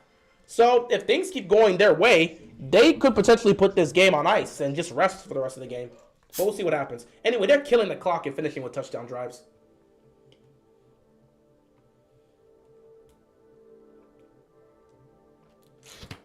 As long as we don't get complacent on either side of the ball, one would only hope that ends up being the case. One thing that can't be overlooked is how the Ravens are controlling this game by controlling the time of possession. Well, Baltimore has been controlling. They've been controlling the time of possession for pretty much every game this season. Hell, the game they've lost, they were only trailing for like 2 or 3 minutes. Like they lost at the last second to they lost at the last second by both the Dolphins and the Bills, because the Dolphins and the Bills, last second touchdown for the Dolphins, last second game winning field goal for the Bills. So both of those were last second losses. The Giants was within the last 4 minutes of the game. So for much of this season, Ravens are just dominating in time of possession. Here's the thing. I'm going to speak on this once I make my video. I'm probably going to make it tomorrow, Wednesday, but I'm going to make a video assessing the Ravens season after 9 games. 9 games in, we're going to assess the season. If you actually take a look at this, the Ravens are the only team this season that has had a double-digit lead in every single game they've played. Here's another thing. The Ravens have not trailed by double digits once this season. So you're a team that has led by double digits every single game, and you've never once trailed by double digits this season. The reason they lost those 3 games is because they hurt themselves. They choked the game away. So honestly, the team is much better than we give them credit for. What they need to learn is once they get these double-digit leads, they have to learn to finish games. That's just it. That's a big part of why I said they're not a Super Bowl contender as of week 6, week 7, week 8. They won a Super Bowl contending team because they hadn't learned how to consistently finish those games when you have the lead. Once they learn to consistently finish those games, they're going to be a bona fide Super Bowl contender. You don't have to like what's here on the roster in terms of the receiving position, but once they're consistent in terms of finishing football games, they're a Super Bowl contending team because they have a Super Bowl roster. And I'll speak on this on the video too. They have a Super Bowl roster. There's 2 weaknesses on this team. 2. One healthy, there's 2 weaknesses on the team. The receiving position, the receiving core as a whole, and slot corner because Kyle Fuller got hurt. Everything else, from top to bottom, get that out of here. Matabike knocked that pass down. If they can force a 3 and out, Baltimore can get the ball back and potentially make this 21-0. But yeah, They have arguably the most talented secondary in football.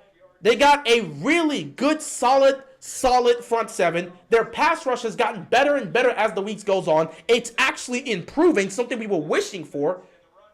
Kyle Fuller suffered a season-ending injury week 1 against the Jets on that terrible, terrible field it was against the Jets. On that terrible, terrible field in MetLife Stadium. Kamara came close to picking up a first down there. But he was a yard short. Let's see if the Ravens can make a stop and force a 3 and out. But yeah, Kyle Fuller was out week 1. So yeah, they have arguably the most talented secondary in football. They have a really, really great front seven. A really, really good pass rush unit that is getting better and better by the week, and they're getting healthier and healthier. And then they just added Roquan Smith, which dramatically improves their linebacking core. So defense, the only thing that's an issue is Kyle Fuller's spot, which was the slot corner position. Offensively, you got an MVP quarterback, you got one of the best tight ends in the game, and you got another young tight end in Isaiah Likely, who's showing strides and showing improvements. So you can run these two guys out there and have two weapons like that. Your running back core, because they're going to still be here at some point this season. Well, Gus Edwards is not going to play today, but obviously he's not playing today. He's going to play against the Carolina Panthers. So when you have Gus Edwards and J.K. Dobbins out there alongside Kenyon Drake, that is a hell of a running back core. And the running game is actually producing numbers similar to what we were producing during the 2019 season. Somebody actually pointed it out. And I said it again with Mark Ingram. Someone pointed it out on Twitter. I just saw it. Someone pointed it out on Twitter. All right, let me see. I'm going to actually look for the tweet. Because someone actually pointed this out on Twitter about Kenyon Drake. And they said Kenyon Drake has done a fantastic... Kenyon Drake has been that guy that Lamar's been missing in the past game in terms of your check down. Kenyon Drake has done a fantastic job taking that role that Mark Ingram used to hold. That role where Mark Ingram can just go out in the backfield, run the ball, but he can also go out in the pass game. Lamar would check it down to him, and he would just take off. Kenyon Drake has fulfilled that role. He has been that guy in that role. We needed somebody to be that guy in that role, and Kenyon Drake has been that. We've been looking for somebody to play that role, and he's been that, and Lamar trusts him to get it to him. So, yeah, the running back situation is also great. The only position, the offensive line as well has made improvements as the weeks go on, and it hasn't been much of a problem. The only issue that people will have in some cases is your receiving core. So the receiving core and slot corner are the only two issues on this football team right now. They have a Super Bowl roster. They've only hurt themselves when it comes to these losses because they choked those games away. If they don't choke those games away, they're 8-0 right now. So they got a Super Bowl roster. They've never trailed by double digits once this season. And the only reason they lost 3 games is because they choked down the stretch. So if this team learns how to consistently finish games, especially when they're up by double digits, then we could talk about them being a legit Super Bowl contending team. Until then, I think they're a playoff team that can win a playoff game at most. But to be a Super Bowl contending team, legitimate Super Bowl contending team. Not just the ones that are like, oh, they're a good playoff team. No, a legitimate Super Bowl contending team, you want to see them consistently finish that.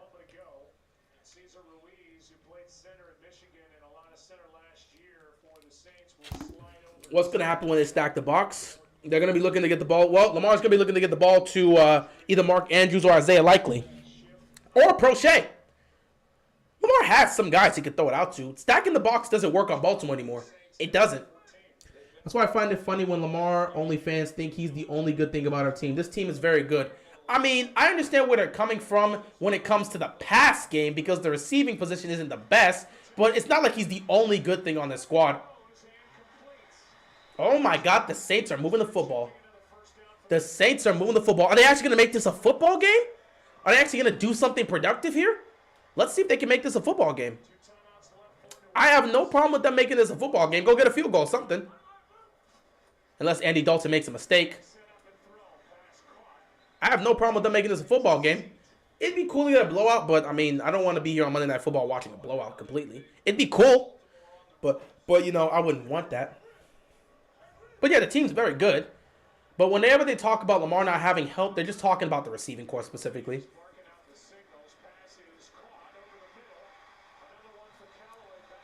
This no-huddle offense is working right now.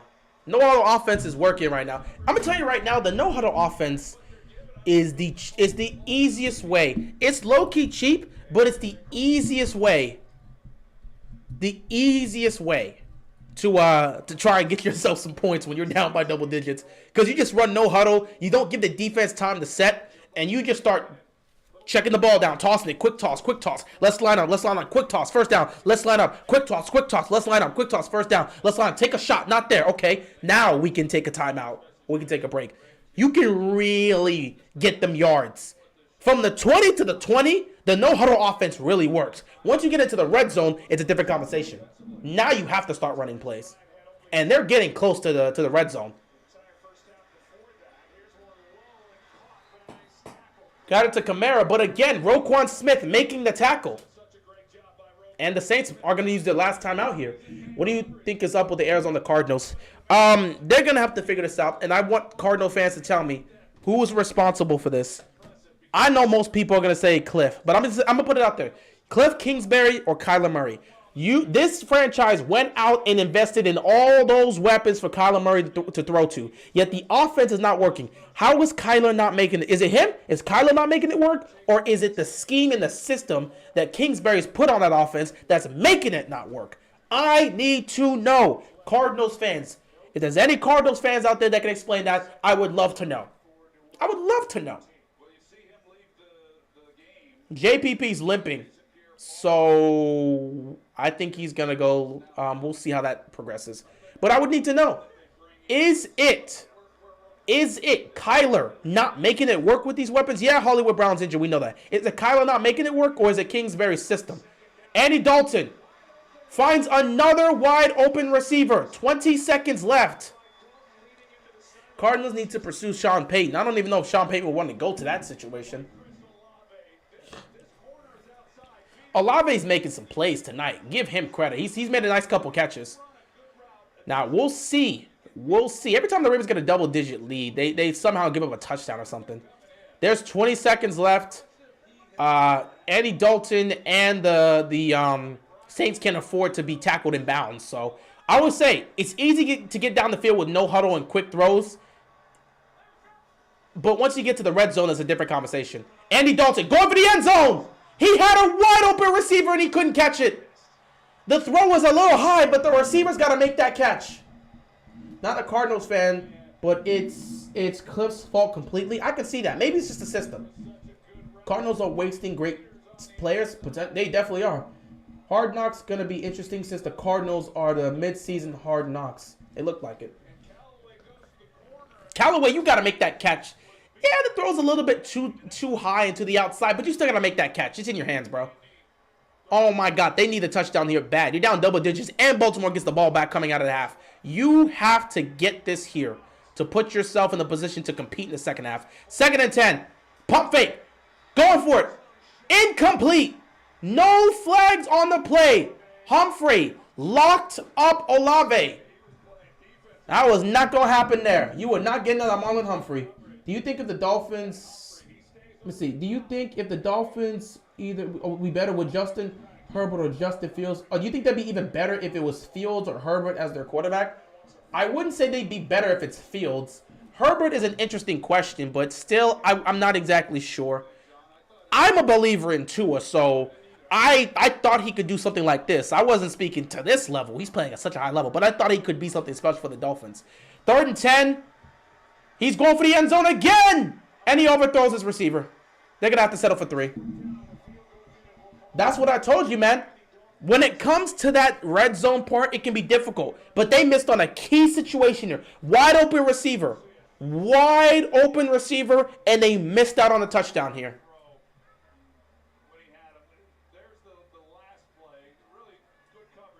Damn. What do you think of Fields yesterday? Fields is showing why he's the best quarterback. That one right there. It's a bit high into the outside, but you want Callaway to make that catch. You make that catch as a 14-7 game. You needed that. Anyway, field goal here. That's going to end the half. Ravens up 14-3 in this matchup. They will receive the second half kickoff. Before I get going for my halftime thing, I will answer a couple questions here. Sean Payton is retired. He can always come back. But yeah, Justin Fields, the question about Justin Fields, I think he's proving why he's the best quarterback of his draft. I think he's showing why he's the best quarterback of his draft. He was put in a terrible situation with the Bears. They didn't get him what he needed. Now they're slowly starting to get him what he needs offensively. But yeah, Fields is talented. Fields is talented. And I'm glad he picked it up. I said coming into the season, there were going to be 3 quarterbacks that were going to take that next step. Tua, Jalen Hurts, and Justin Fields. And all of them are showcasing that they're starting to take that next step. Fields so bad, I wouldn't say that. I really wouldn't say that. You're working with a system that's not even giving you the opportunity to thrive. You see what they're doing now that they're allowing him to throw the ball and actually utilize his talents? Go look at what they were doing before when they wouldn't even run pass plays. If you limit your quarterback, he's going to look bad. If you give him the opportunity and work to his strengths, he's going to make the improvements.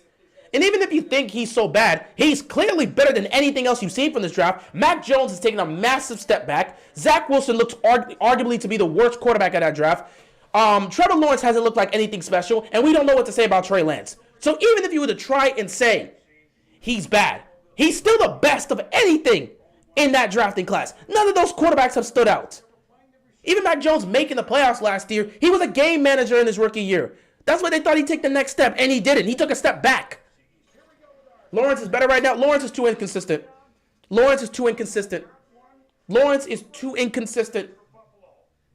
He's had moments, but he's been too inconsistent for my liking. There are times where he flashes that talent, and I'm like, yeah, early on he was showcasing that. But he's way too inconsistent in his decision-making. Not his ability to throw the ball, his decision-making. He's way too inconsistent with his decision-making, and there are times where he either fails to make the play because he's not reading it right or he causes a turnover. There's some things about that. Mac Jones is taking a step back. Go look at Mac Jones' rookie year. Go look at Mac Jones now. Mac Jones is taking a step back. Davis Mills, no. Davis Mills makes some plays, but no.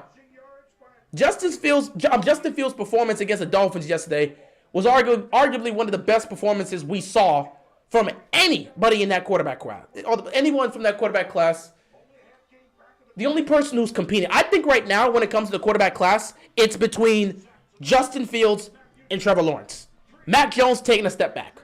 He's taking a step back. He doesn't look anything. He doesn't look similar to what he looked like in his rookie year. So Mac Jones is taking a step back. Zach Wilson's arguably been the worst of them, and nobody knows what to make of Trey Lance because he got injured before he could do anything. But yeah, I wanted to say that. Anyway, I will see you guys in the second half.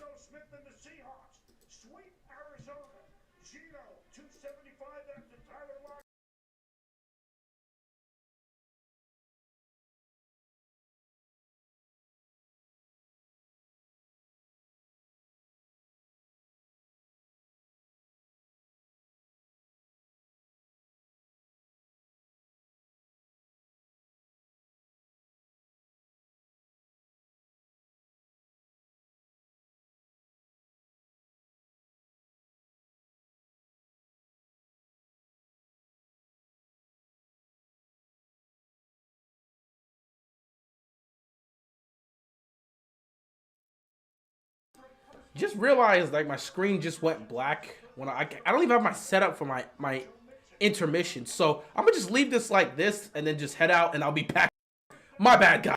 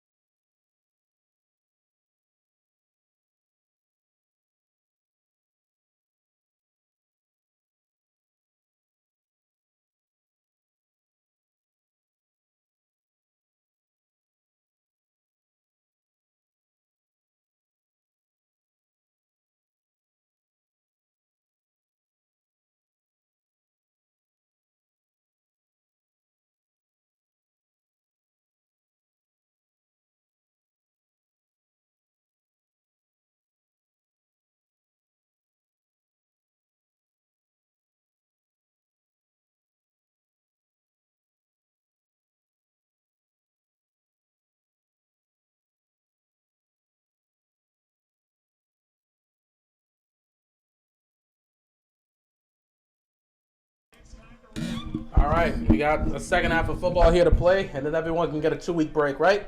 That's usually how it works. Oh, shout out to Void with a donation. Can't afford to be our own second half. Absolutely. They better get this done. You got a double-digit lead. You got to close it. Learn to close games consistently, Baltimore. Learn to close games consistently. Offense gets to come out on the field here to start the second half, so let's see if they can come out here and produce. But yeah, shout out to Void 9. Appreciate it, bro. Let's go score again. I don't want us choking a lead. We'll see, man. We'll see. Man. We're the only team in NFL history to have... Bro, everyone else has been either 9-0 or 8-1. The first team... the team to lead by 10-plus points in each of their first 9 games. Hopefully was 6-3. But the fact that we got 3 losses while everybody else has 0 and one person has 1 loss, that's a damn shame. That's a damn shame. But that's the 2022 Baltimore Ravens for you. Anyway, we got 24 minutes of football. Then everyone can take a vacation from the Ravens, right? I mean, I feel like that would be perfect. Take a vacation and get everyone back. The next time we should see them on the field, we will see David Ojabo make his debut. Mark Andrews should be back. Gus Edwards should be back. We'll have guys coming back, and that's what I want to see. But yeah, I said 24. Oh God, this is basketball. Sorry, I was looking at some NBA highlights. I was looking at some NBA highlights and some NBA stats because like damn near every NBA team's playing today. But let's get a look at these last 30 minutes. Let's get it over with, and let's go enjoy a 2-week vacation because I don't need to see Ravens playing football next week. I want them to get healthy. I mean, it's always nice to see the Ravens play, but like sometimes you need a break. You know, you need that one break, and that's what the bye week is. You know, this bye week could have come at a more perfect time. We got guys riddled with injury. Let them spend the bye week getting healthy, and let's come back and see if we can do something special. But yeah, this is our final primetime game, so I don't have to be here on Thursday night or Monday night. I'm not obligated to be here anymore. Obviously, I'm going to still be here, but like, this is the final primetime game for the Ravens. I went to the Sunday Night Football game against the Bengals, so I was there at the stadium when they won that game. I was here Thursday night for the Bucks, and now I'm here Monday night, so those are our only 3 primetime games this season. I like us playing on Sunday, so I enjoy that more. It makes my schedule easier. Anyway, 1st and 10 for the Ravens. They start this off by running with Kenyon Drake, who picks up a good 7 yards. 2nd down coming up here for the Ravens. He came out with the speed. Okay. Running out that locker room. That's what you want to see. Glenn Salters, born November 7th, 1932, in Spartanburg, South Carolina, celebrated number 90 today. Family was in this past weekend, still plays a lot of golf. But yeah, we got the second half of football left to play, and then we can go give the Ravens a break so they can sit back and get healthy. 2nd down here, gonna hand it to Kenyon Drake, and Kenyon Drake breaks through and picks up the 1st down and more. Gets to the 45-yard line. The Ravens continue to move the chains. This is what we want to see. The running game was not there in the first half because the Saints were putting an emphasis on it. Now the Ravens are coming out of the locker room and saying, we're going to find a way to run this football on you guys. Now the offensive line is starting to block better. They've made some adjustments, and now they're getting a couple of good looks here from the run game. 1st and 10, they may be looking to run this again.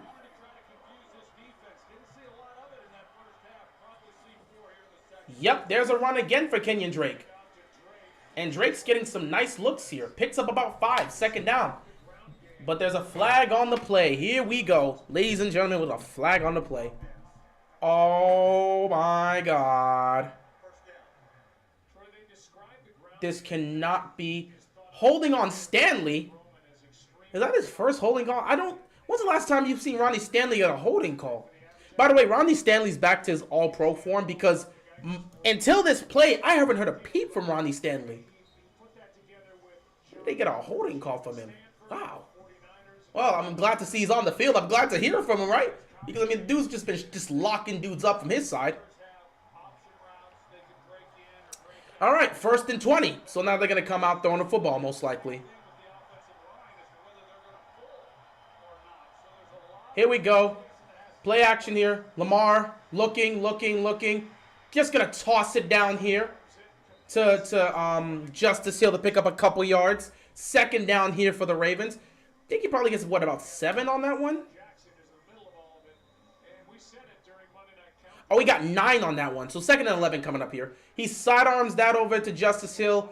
Hill picks up 9. Make sure to protect the football. Good job there. Hill picks up 9. 2nd and 11 coming up here for the Ravens. So it is a foul for a low hit in the knee area or below. They didn't even call a foul on that. Against Malcolm Roach, and that will tack 15 yards onto the end of that play. Oh, they're going to call it. They're actually going to call roughing the passer. These running backs. They're actually going to call. Lamar got a roughing the passer play. Roughing the passer play. Roughing the passer call. I'm surprised. Then immediately people assume Also, I did not like how he got it on his legs like that. I don't want to see that. What's wrong with you? Chill out, bro. yes, that's true. But when you look at the But the running game's been there. take Lamar's numbers out of the picture, they still run the ball for close to 5 yards. Probably going to look to run it here on 1st down. Unless they want to take a shot, but this formation looks like they're going to run it. There it is.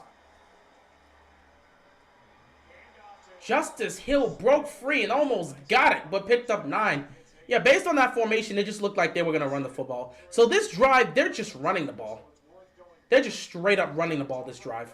And I'm all for it. You keep running the ball, getting the ground game going. Tire that Saints defense out. They're probably already tired because, you know, those 2 plays, which went for like 7, those 2 drives, which went for 7 minutes, definitely tired them out in the first half. 2nd and run. Don't do anything complicated here. Just run the ball again. They can't stop it. Run the ball here. This time Lamar's going to take it himself. He's going to get the edge. And then he's going to run out of bounds. Like a G. Another 1st down picked up for the Ravens. They continue to move the chains. Patrick Mahomes, and like Josh Allen and some of the great stars of our sport, that even when you have the right coverage and you have the right defense call, they're able to defeat it. And they're just able to make plays that just a lot of other players aren't able to. And that's the maddening part for someone like Dennis Allen.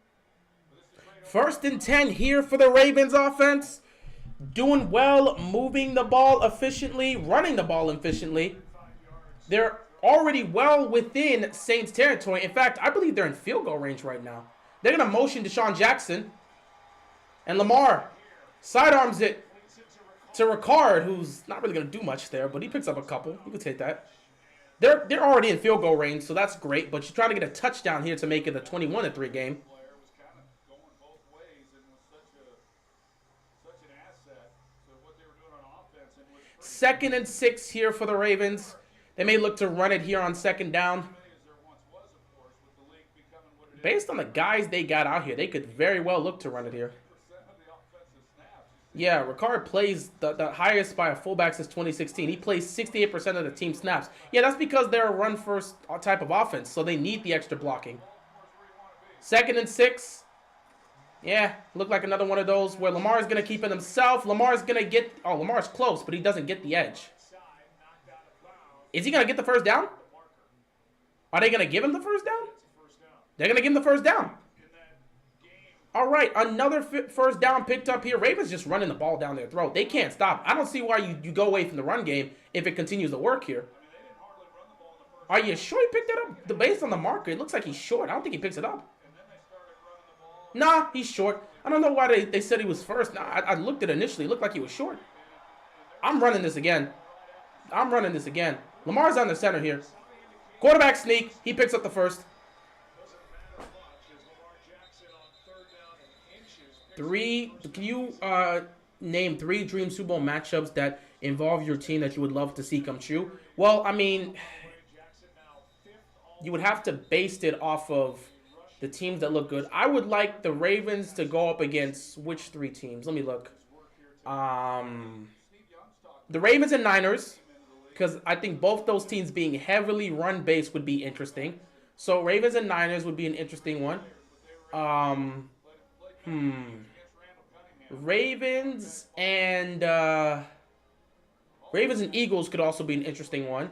Another team that's like built on run base. Not to mention, no matter who wins, you're getting a mobile quarterback winning that, which would just do good for a lot of people that are like Lamar Jackson, Jalen Hurts, quarterbacks that are like that. I would love to get more attention and actually get the credit they deserve. Winning a Super Bowl changes everything in that. So yeah, Ravens and Eagles, Ravens and Niners could be interesting, and then Ravens and I'm looking around. I'm trying to think of another team, but I can't think of one right now, just based on how I'm looking at the... Lamar's going to take the snap here on first down. Steps up. Nothing there. He's trying to buy extra time. Fires. Drop by Oliver.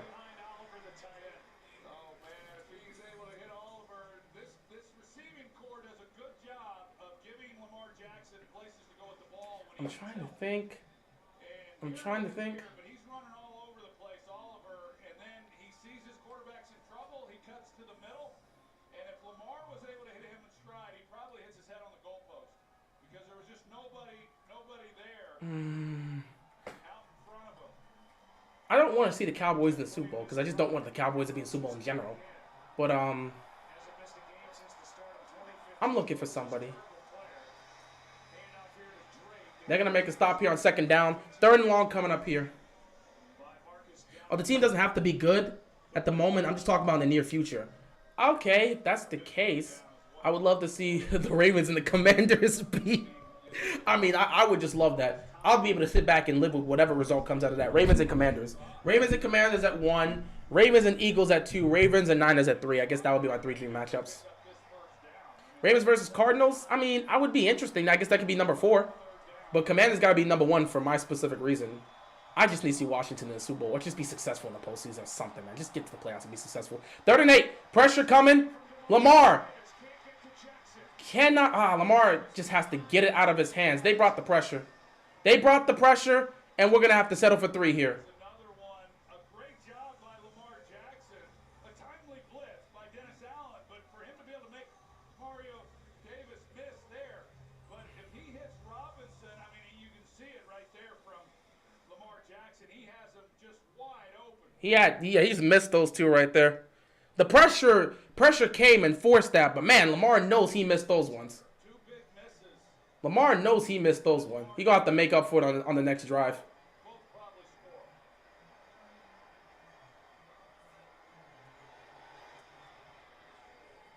We executed so bad on the last 3 plays. Yeah, the pressure came fast, and Lamar had to make a decision. So Lamar bought time and gave himself an opportunity to make a play, but then he just missed his guys. You know you're going to be looking at the next drive, looking to hit those guys, so we'll see what happens on the next drive. That's the thing about Lamar Jackson. He'll miss, but he can also make those type of plays. I honestly thought you would say Falcons. I mean, I'm not trying to see Mariota in the Super Bowl. That's be interesting, but nah. Commanders is a personal reason, so they're there. The Niners, again, the way they run the ball, I just like their offense. Their offense is so fun, and it seems like it'd be a hell of a matchup to have the Ravens and Niners in the Super Bowl again. It'd be cool. And then the Eagles as well, because Jalen Hurts versus Lamar Jackson would be such an interesting storyline to have in the Super Bowl. Cardinals can be for it, but Falcons, I want to see Geno in the Super Bowl. I mean, it'd be interesting to see Geno in the Super Bowl, you know. But I don't know about that. I don't know if Geno would be able to get the Seahawks to the Super Bowl. It's an interesting story there. That would be Geno's redemption story from what he was before to finding a way onto the Seahawks. You know, him being a starter with the Jets, it not really working out, bouncing between teams, and all of a sudden he ends up on the Seahawks as a backup. Then Russell Wilson ends up getting traded, and he takes over as the starter and leads him to the Super Bowl. That'd be a hell of a story for his career. But yeah, my 3 teams, I guess, would be Commanders, Niners, and Commanders, Eagles, and Niners. Help cover our employees' healthcare costs. That's how we take care of our most valuable asset. Our people. Lamar Jackson versus Daniel Jones. There's not a storyline there. There's not really much of a storyline there. Even though they met in the regular season, that's not much of a storyline there. Not to mention, I'm not trying to see the Giants' offense in the Super Bowl. No one wants to see that. Okay, the Giants' defense is great, but the Giants' offense, even Giants fans tell you they don't like their offense. Okay?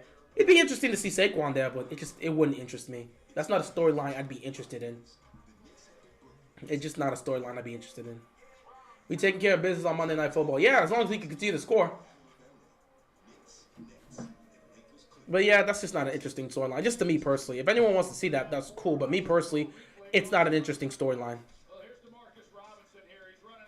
Executed poorly on those last 3 plays. Yeah, the pressure came there. Lamar's got to be able to hit those. Now, the pressure came, so it forced him to go out.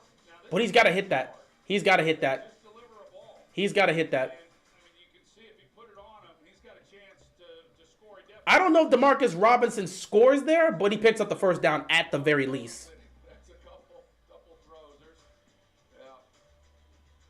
Those are tough. So as bad as Andy Dalton felt going in at halftime, Lamar Jackson now feels the same. Roman was like, God. Yeah, Roman was out there wilding in the booth because of that. His first miss against the blitz. It was coming from Demario Davis on that third down. But, I mean, you still got 3 points out of that. Lamar on his next drive is going to be looking to do something. Roman getting mad at Lamar. I'm fine with that. Lamar missed on that. Lamar's pissed off at himself. He's still talking about it on the sideline. Patriots versus Giants Super Bowl Part 3 would be an interesting storyline. No, it wouldn't. It wouldn't. It wouldn't. You don't have the same quarterbacks there. The time I personally thought was going to happen was 2016. When both the Giants and the Patriots were in the playoffs. If you watch the first drive of the Giants against the Packers, you would be thinking, bro, the Giants are about to pull this off again. I would have loved, Part 3 has to happen there. It's not just about having the Giants and the Patriots there. It was the Giants and the Patriots, but more so Eli Manning versus Tom Brady. You don't have that. You don't have that. Even if the two of them were there, the storyline's not there. It's not really a Part 3 because Tom Brady's not playing with the Patriots and Eli's retired. So the storyline is no longer there. 2016 was the last time we could get that storyline. Giants ended up losing in the wild card round, so it's unfortunate. Man, it was a pretty magical ride for so many years. A lot of fun to cover this football team. And I know 2nd and 3 here for the Saints. watching this game, give a little shout out to him. A little bit run action with Kamara. Kamara breaking through. They're starting to get something going in this run game for the Saints. Let's see if we can equate to them picking up a touchdown here. Saints' longest run of the night, 10 yards for Alvin Kamara. Good movement up front, this offensive line, and then let Kamara. That's just nice by the offensive line. Offensive line holds up and Kamara just cuts it back to the middle. That's pretty nice. That's just good execution right there by the Saints. With Lisa about having to get If you're the Saints, you want to keep running this ball. You're starting to get something effective there. Just keep running the football. You're getting something effective there. they don't have Drew Brees. They need to help out their Andy Dalton takes a snap here on first down. He's looking. He's firing. He throws a bullet right there to Olave, who finds a way to get open. Another first down picked up. Can the Saints make this a football game? It becomes very interesting if the Saints pick up a touchdown here. I'm interested to see if they can. young receivers out there. Watch this guy. Get tape on him and study him because Wait a minute, that was Taysom Hill? That was Taysom Hill through that? My God, I thought that was Andy Dalton. out of it, he knows he's got a corner to the outside, and he's going to Oh my God, Taysom Hill confuses the hell out of me sometimes. Sometimes they just put him back here as the quarterback for what? The Saints are the most unorthodox football team out here when it comes to their offense. They just be alternating quarterbacks for no reason. Hill's out there again as the quarterback, and now he's going to take it himself. I swear to God, this is what makes the Saints offense so confusing. Because you'll watch them run 5 plays with Andy Dalton straight, and all of a sudden for 2 plays, here comes Taysom Hill. How can you prepare for a different style of quarterback like that right in the middle of the game? And then after 2 plays, here comes Andy Dalton back on the field. I want to see more black quarterbacks prosper and ultimately advance. I want to see that too. Like this one I'm talking about. 343 rushing yards, 16 receiving yards, 101 passing yards this season. The guy's a Swiss Army knife for them. It's crazy. My God. What type of defense is going to be prepared for you're dealing with Andy Dalton, and then out of nowhere, here comes Taysom Hill. And Andy Dalton almost gets smoked, and then he gets smoked. He fumbled it. He fumbled it. Baltimore recovers the ball. Baltimore recovers the ball. Let's make sure this isn't a forward pass. It was close. rolling on the field as the runner was down. What? Runner down. What? Runner was down. Runner was down. Where? It was a hit by Houston, but I thought, I don't know that the announcement was right. The whistle didn't even blow. I think it's a fumble. That's a fumble. Not a pass. That's not a pass. That's a fumble. And where did the whistle come from? I thought the ball was out. Did they give the initial whistle? How can you say he was down? The whistle wasn't blown. Challenge that. Challenge that. That's crazy. What do you mean the play was dead? John Perry, that looked like the proper call. What? What's unusual is when it's at the top of the helmet, you see a little bit of ball movement, but he gets control of this football, and then when the backside is down, he does have it. Great call by the referee to get that. Justin Houston, That ball looks like it's starting to move though. the Saints, for the moment, maintain possession. John challenged it. I didn't think he was actually going to challenge it, though. I'm screaming as a fan. I didn't think he was going to challenge it. The ball kind of looks like it's moving, though. Like, he kind of has it on his head here, but it looks like it's moving. Did it start to move? Did he? I don't know. It's going to be an interesting call. I don't know if it's going to be enough to reverse. Are you sure about that? I closed it. I don't know if it's going to be enough to, he did have possession. It's weird, because I guess he had possession. It's like the Derek Tyree thing. Not Derek, the David Tyree thing, sorry. It's like the David Tyree helmet catch. Because the ball starts to come loose, but I guess he maintains possession with the ball in his head, like he's holding it like this as he's falling to the ground, and then it kind of moves. I don't know if it moves. It looks like maybe it moved after he already fell on the floor. I'm not sure. But I don't know. We'll see what happens. They're reviewing it, or we challenged it. It's going to be a tough challenge to overturn there, so it is what it is. Justin Houston got how many sacks? Now, I think, if they either way, it's going to be 8, I think. It's going to be 8 sacks.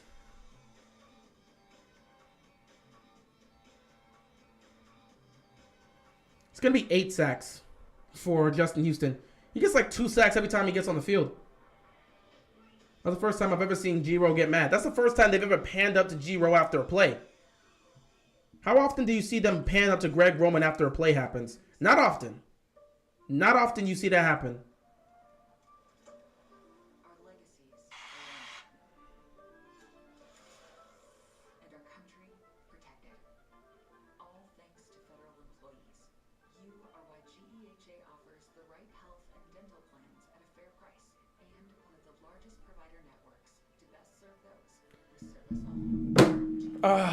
Either way, I mean, we're going to lose this challenge most likely. Because based on what I'm seeing here, it kind of looks like the ball starts to come out, but then it seems like he pulls like a David Tyree and just holds the ball on his helmet as he's falling down. But the ball does start to move at the end. The question is, did the ball move before or after his back landed on the ground? I don't think we're going to win this challenge. We rarely win challenges. But we'll see what happens, though. If we lose this challenge, we're going to lose a timeout, obviously, but we'll see what happens at the end of the day.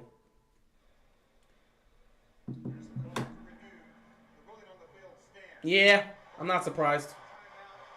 So, the ruling on the field stands. Baltimore is going to lose a timeout. I'm not surprised to see us lose a challenge. We rarely win challenges. Do you think the best teams that hit on their draft picks is the Chiefs and Ravens? I mean, there's been several teams that hit on the draft picks. Miami's hit on the draft picks the last couple of years, and that's why they're looking like they're looking now. The Jets have hit on some of their draft picks this year, and it's worked out for them.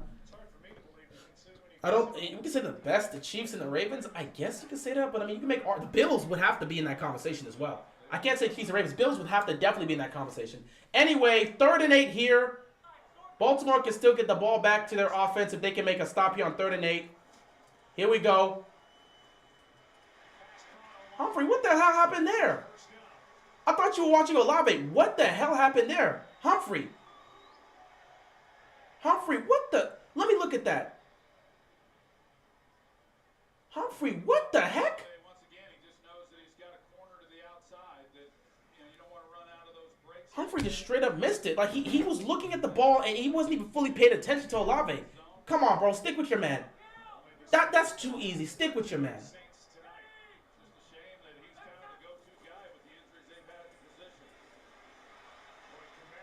Kamara's starting to get something going in the run game. Like, bro, what are you doing? Humphrey on that one, I don't know what Humphrey's doing. It looks like he's trying to play.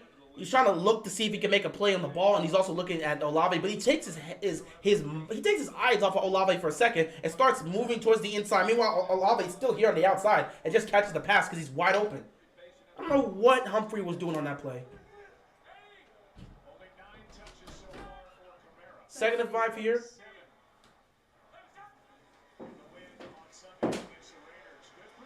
Dalton gets it over the middle. Pass caught. 1st down. They continue to move the chains. They could probably get a touchdown of this. 3:49 left to go in this game. These are long drives here, so I don't think this is going to be a high-scoring game. Like I said, it wouldn't be. But if they put up a touchdown here, it's going to be a much closer game.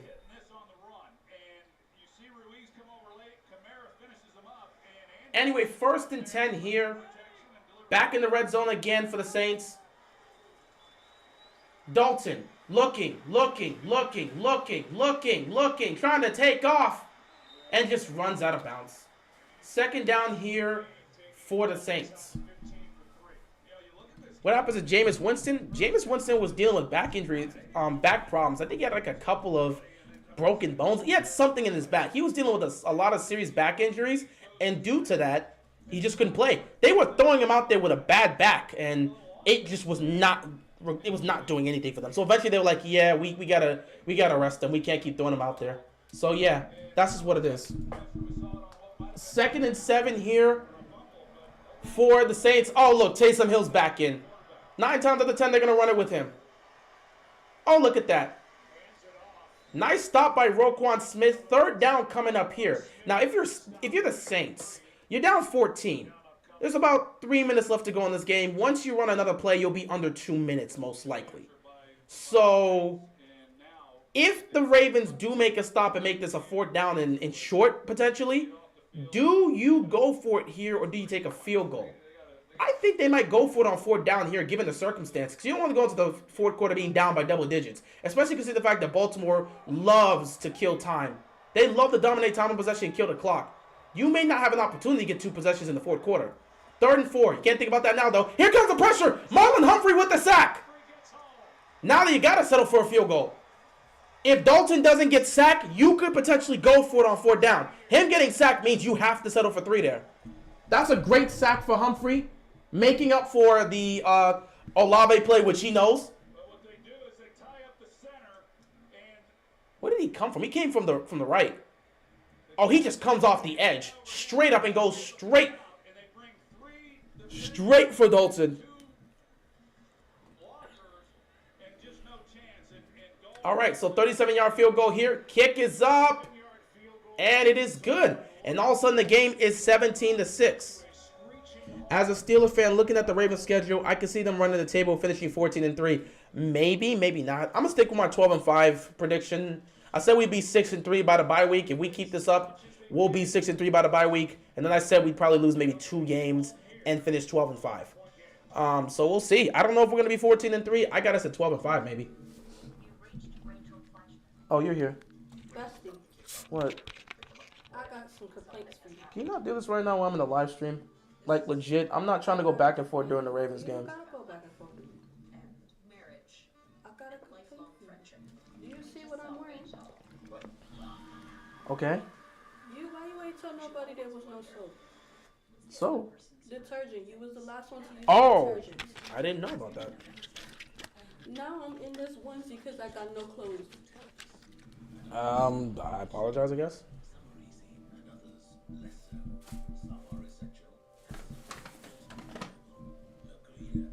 I feel like our defense doesn't allow a lot of points but gives up a ton of yards. Yeah, we constantly do that. We're a bend but don't break type of defense.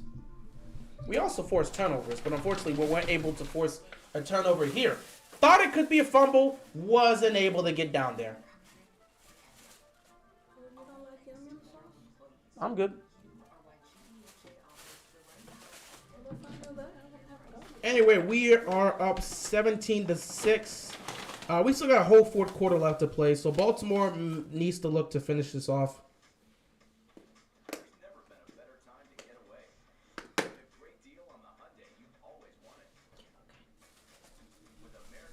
Got to score a touchdown. You make this a 24-6 game, you put yourself in a fantastic position to end this off, bro.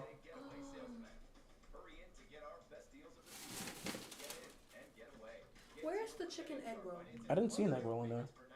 It was not in here? Oh.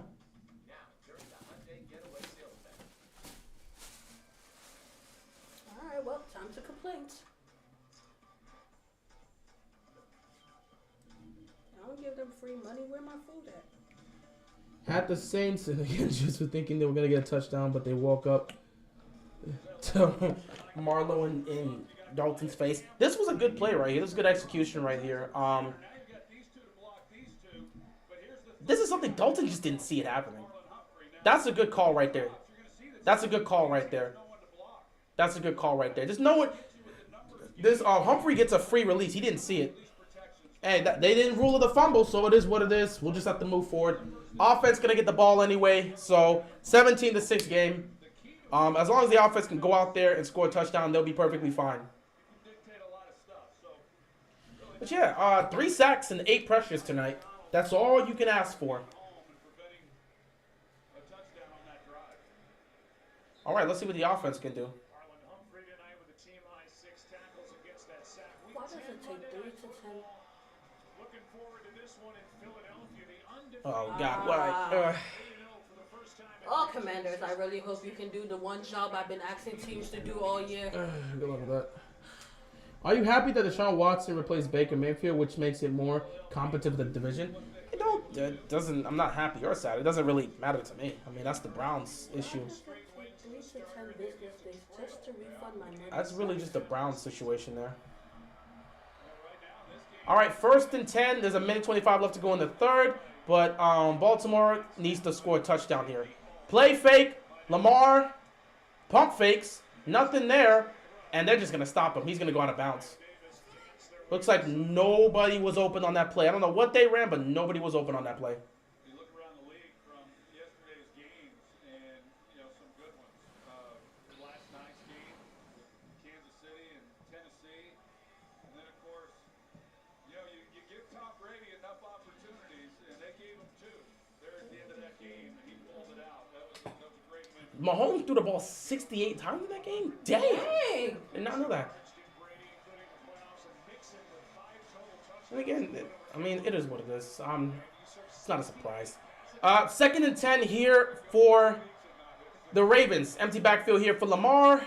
Lamar takes the snap. Looking. Nothing there. Oh, whoa. It looks like he touched the face mask.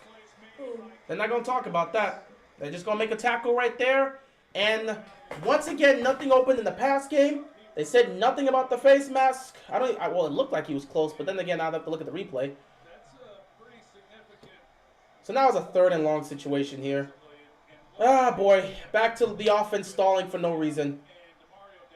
They're not going to run a play here. Let's enter the 4th quarter. Oh, boy. Well, it's a 17-6 game. Baltimore once again has dominated for 3 quarters. But the 4th quarter has been an absolute nightmare for much of this season for the Ravens. They've lost 3 football games strictly because of the 4th quarter. Let's see what happens.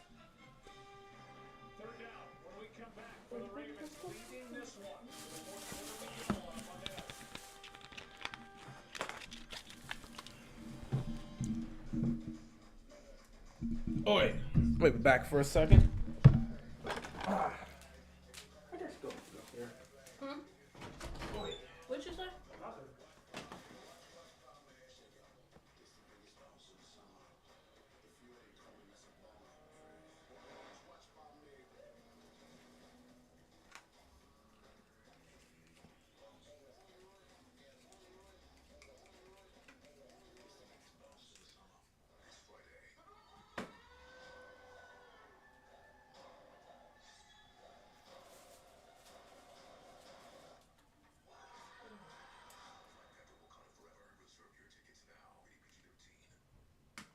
So you're 45.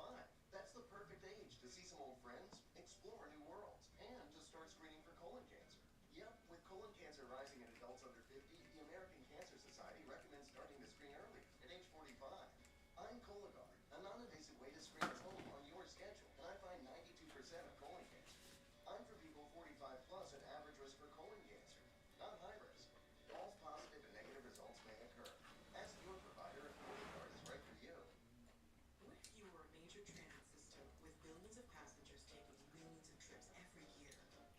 You weren't about to let any cyber attacks slow you down. So you partner with IBM to build a security architecture to keep your data, network, and applications protected. Now you can tackle threats so they don't bring you to a grinding halt. And everyone's going places, including you. Let's create cybersecurity that keeps your business on track. IBM, let's create. Everyone is ready for Monday Night Football. Because you have to be ready for an NFC East clash. Washington is set to take command. While the Eagles are determined to stay undefeated.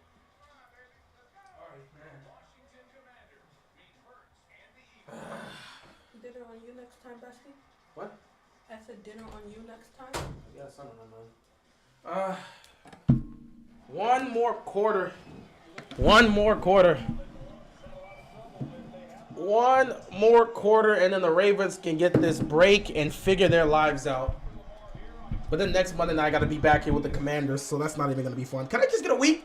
Who told them to play on Monday Night Football? 3rd down and 10. Lamar takes the snap. Automatically, pressure's coming. He got hit. He threw. Likely cannot make the catch.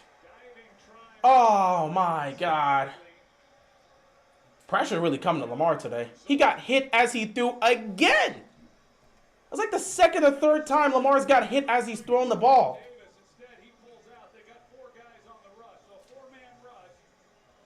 Look at that. Automatically, look at the pressure come from the right side. Look at that. Again, getting hit as he throws. Damn. And that Likely almost made a hell of a play there. You're getting taken down. Never mind. Well, now you're going to get taken down. All right, let's see if the defense can give us an opportunity back. 3 games in a row will be good.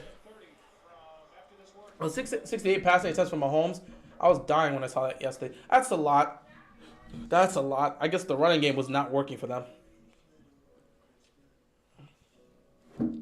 Like, legit. It was the opposite. How many passing attempts did Malik Willis. Wrong person. Okay, Malik Willis. Let me look at the Tennessee Titans. How many passes did Malik Willis throw in that game? Like 15? There was a difference because they kept running the ball.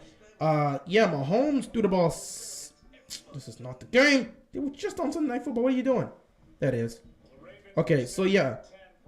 Mahomes threw the ball 68 times. So 43 or 68. Malik Willis threw the ball 16 times. He threw it 16 times. They ran it. Let's see. That's 25, 28, 29 times. They ran the ball 29 times and threw it 16 times. All right, 1st and 10 here for the Saints. Going to hand the ball off to Alvin Kamara. He makes a stop right there.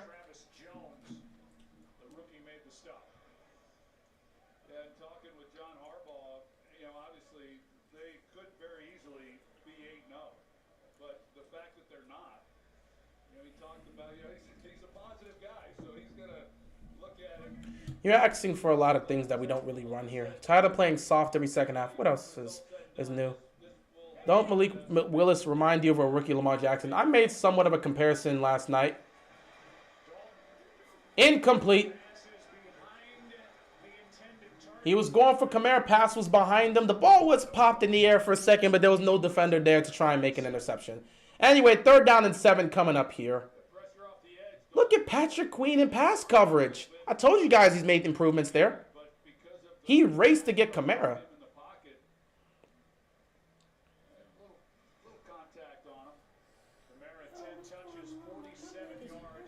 3rd down and 7 coming up here for New Orleans Saints. Can the Ravens get this offense off the field?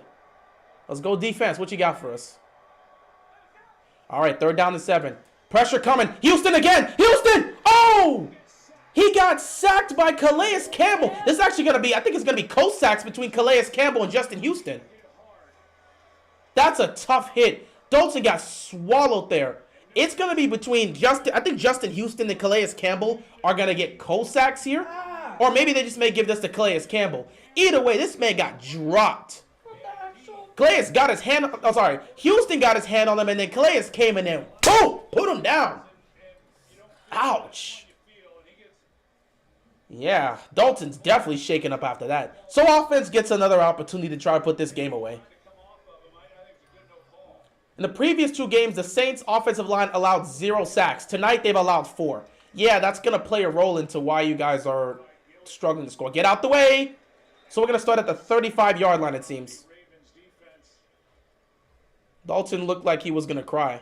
Wouldn't you cry after taking a sack? He got drilled. He got drilled by Calais Campbell. Do you see how big Calais Campbell is? Wouldn't you nearly want to cry after taking a sack like that? Come on, bro. Andy Dalton is a professional quarterback. If he's looking like that, you and me step on the field, and Calais Campbell comes full speed at us like that, we are going to the hospital. Rest in peace to Reich guy. Like, come on, man. I'm not gonna blame Andy Dalton for looking like he wants to cry. Can't believe Justin Houston's playing so good, but we need OA to step up, so we can't rely on Justin Houston for pass rush. I mean, you're right, but we can continue to utilize Justin Houston. I don't see why you wouldn't want to continue to have him play this way. Let him continue to play this way, but let's have other people follow suit. I want OA to step up, but I also want Justin Houston to continue to play this way. I want OA to get a couple sacks, but the way Justin Houston's playing is ferocious. Let him keep that up. We don't need to lose that. We have no reason to lose that. If Justin Houston's going to set the tone, let him set the tone. I just want OA to follow suit. Defense makes a stop, so we got to put the game away. Hopefully the offense does that. I was going to say Houston's... I know Houston's Gear 4 has been activated, but then Glaze Campbell's full counter prevented that. I get both those references. OA needs a few more moves. He only bull rushes. He has to continue to develop. He's got the ability to, and he's got the ability to, but the technique isn't there. He's got the skills and ability to, but the technique isn't there. Once he gets that technique, he'll be fine. Dalton got whiplash. Calais needs to give him his license and insurance. This guy is not. Who's complaining? Are you talking about me? I'm not complaining about anything. This guy is now complaining. He's always complaining about his team. This is hilarious. Who's complaining? I don't think anyone in the chat was complaining about anything. Then again, I guess you're saying the guy is complaining about always stepping up, I guess. I don't know. I mean, he was making a point that OA needs to step up. I don't think he was complaining about the pass rush. He's saying Justin Houston's doing great, but always got to step up. I don't think that's a complaint. I think that's just saying this young player has got to follow suit. Everyone wants Justin Houston to continue to do what he's doing, but it's not like he's saying that what's happening is bad. He's just saying he would like OA to show up as well, so we can have another ferocious guy, which makes our pass rush better. But he's not complaining. Oh, what is going on? My leg is over here hurting like I'm... All right, 13 minutes left to go here in the fourth quarter. Offense back on the field. I got to give credit to the Eagles. They're way more talented than the 2020 Steelers. Oh, I hear a lot of people saying the Eagles are the 2020 Steelers because of bad competition. I wouldn't say that. I would not say that. They're better offensively. They're better than the 2020 Steelers. Kenyon Drake tries to break this to the outside. Look at him breaking a couple tackles. Kenyon Drake keeping his feet, picking up the first down, getting into Saints territory. That's what you love to see. I wouldn't say this is the 2020 Steelers because the 2020 Steelers offense was not like this. Steelers were just... You know, they were fake Gucci. That's what they were. They were fake Gucci. They were trying to rock fake Gucci, and they didn't succeed. I don't know that reference, so I'm gonna give you that one. You know how people use fake designers? Yeah, like, they try to sneak it like, oh, this is real. Yeah, I got the reference, but I'm saying that ain't really my my MO on that. But yeah, I'm gonna let you have that one. That was a high snap there. Gonna hand it to Kenyon Drake again, and Drake picking up about 8 yards. Second down coming up here. 2020 Steelers offense was not good. That's the thing. The offense is not nearly as good as what we saw with the Eagles offense we're seeing right now. The offense is not nearly as good.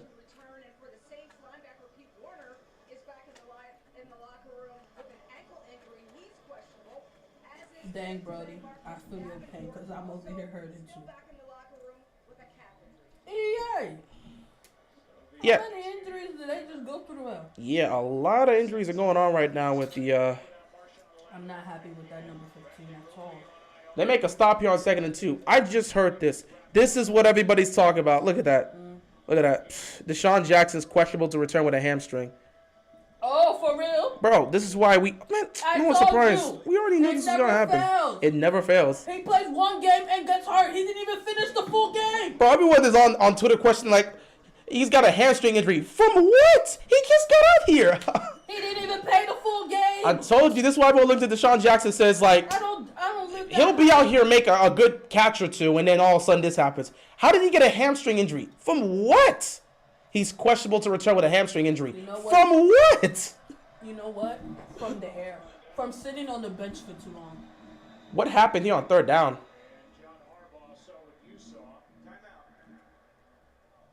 Okay, so they called a timeout. Baltimore's going to have one. I think Lamar's looking at Harbaugh and saying, man, why'd you call timeout? We had what we wanted.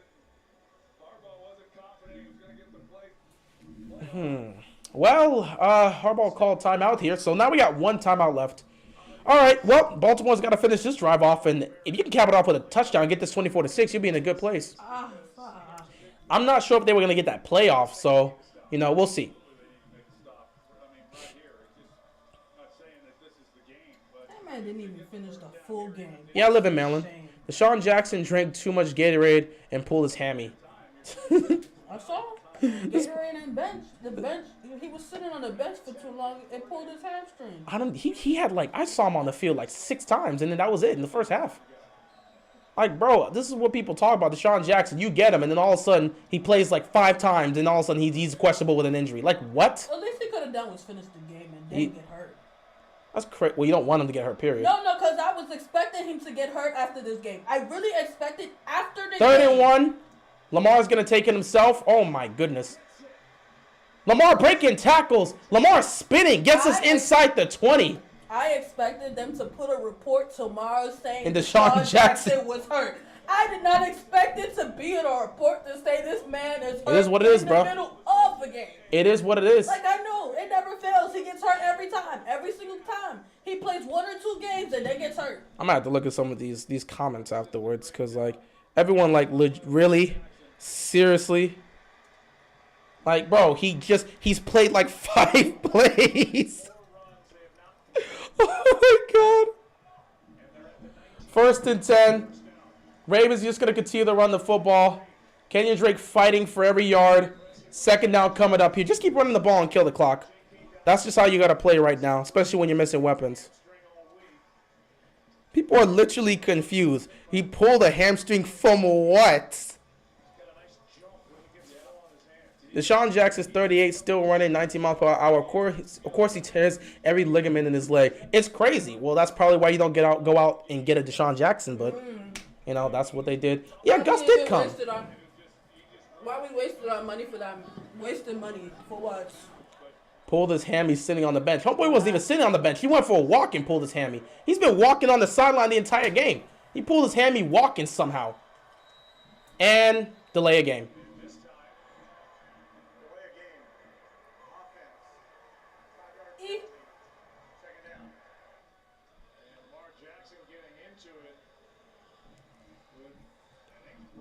Lamar and Ronnie Stanley going Ronnie, at it. Ronnie, don't do that. That's what you got. What? That's what you got to love. Lamar hates that, bro. Lamar hates when they fail to get these plays set.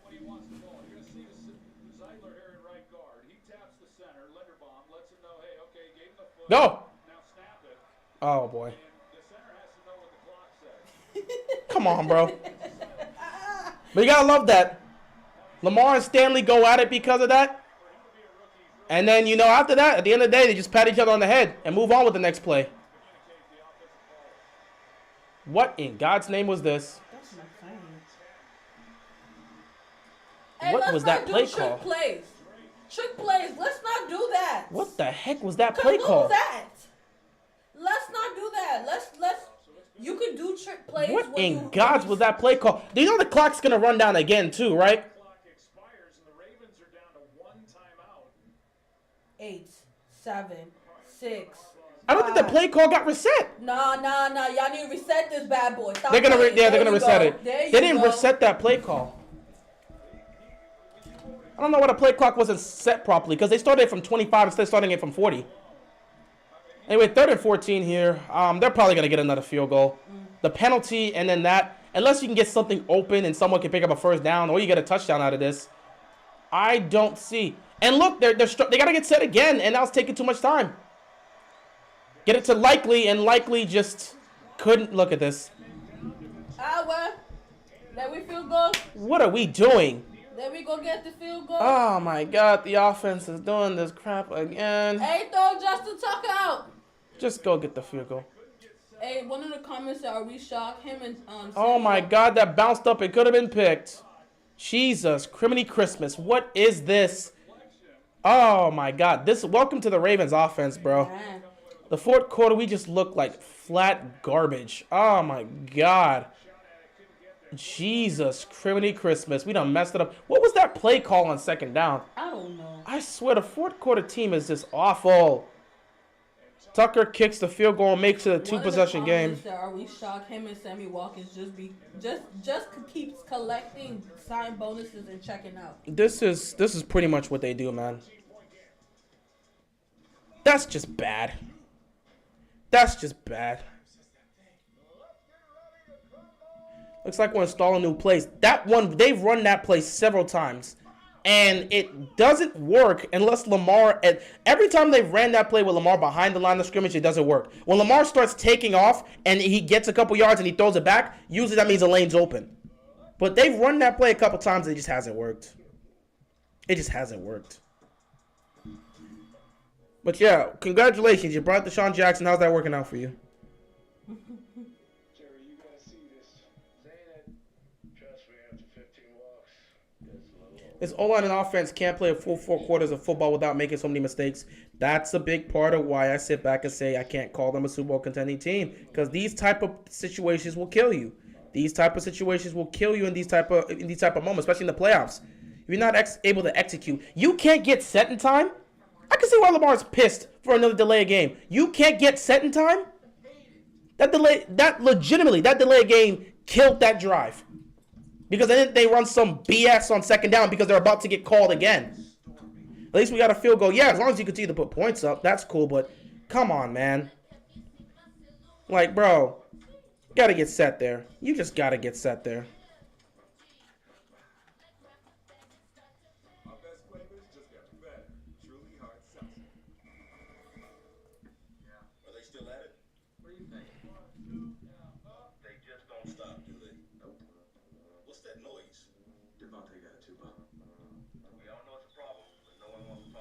Delay a game, bad snaps. Guys can't get set. This has been an issue since Lamar started. Coaching problems again. I mean, I've said it for so long. Nothing's changed. What are you going to do? DeSean Jackson's muscle fibers have withered like a prune. I mean, dude's already old. The guy was drafted in 08. It's 2022. The fact that you decided a 36-year-old DeSean Jackson was going to somehow be able to produce consistently and go out there without pulling a hammy, that's on you. Just because he can run still does not mean he's going to be able to take hits and deal with contact on the football field. T.O. can still, T.O. to this day still looks like he can play football, but can he take a hit? The Ravens are not going too far in the playoffs with these fourth quarter collapses. I mean, we've already expressed them. I've already expressed it so many times. So, I mean, I don't think I have to express it here again. I've spoken on this so much. What else is new, man? What else is new? At the end of the day, get to the bye week and really assess this team and make some changes. As long as you can find a way to win the game, whatever happens, happens, bro. It's 8:31 left to go. I just want this game to be over and to see the Ravens get a 6-3 victory here.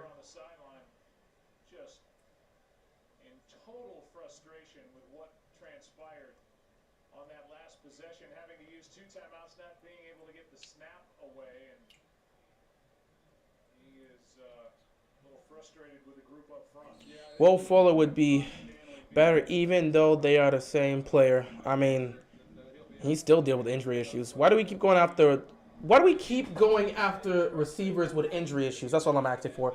1st and 10, Dalton. Ball pops in the air. It's picked off! Justin Houston with the interception. Oh my goodness. Justin Houston with the interception. What can't this man do? Best pass rusher by, thank God for Justin Houston being back. Oh my God, without this dude on the field, what would this pass rush be? Oh my God. Thank God for Justin Houston. Well, offense, you want to redeem yourself? Go out there and get a touchdown and actually put this game to bed. Oh, Andy Dalton. Look at Calais Campbell bat that ball in the air. Not me, Calais Campbell. Who was that? I'm just happy Houston's back, bro. I'm just happy Houston. We needed Houston so much. Dog, what's going on with my phone? I'm glad that Urban is back with the Ravens. Oh, that was Brett Urban that put that up, that smacked the pass up? Bro, if we don't score, I feel you on that. If they don't put up a touchdown here, I think Lamar might pop a vessel. They gotta score here, bro. There ain't no excuse.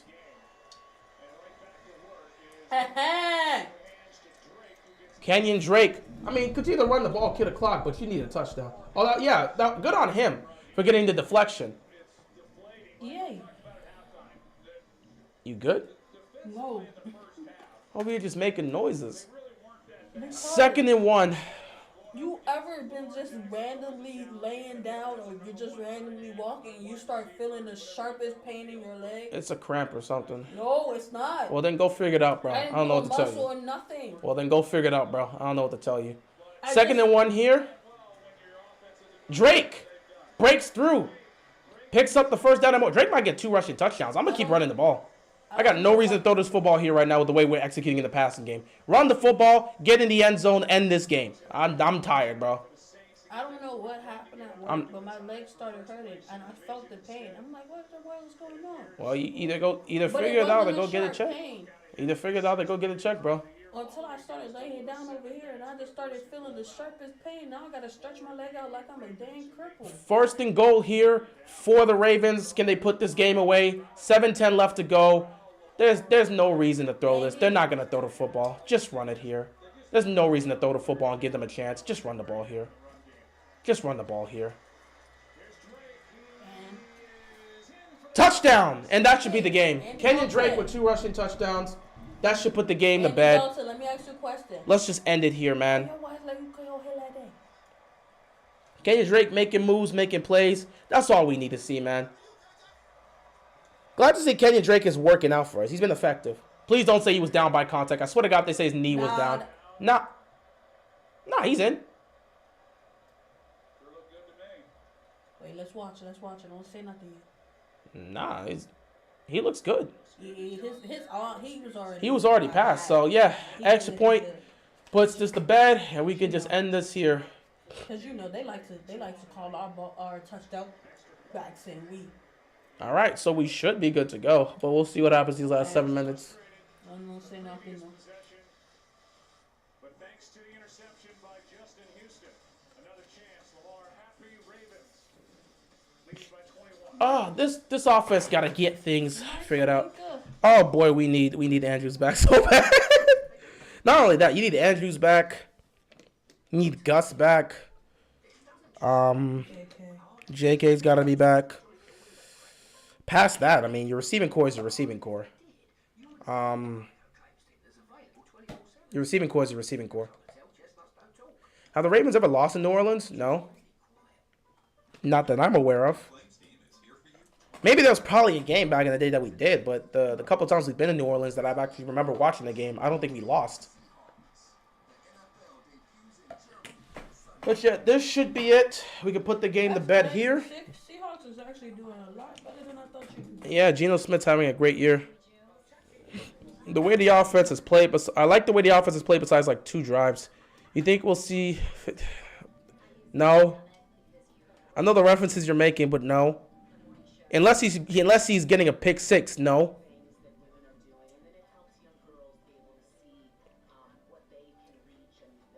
Legitimately, unless he can get a pick 6, there's no way that's happening. Let him pick 6 Andy Dalton. Let's see. And we'll talk about that. That would be it right there.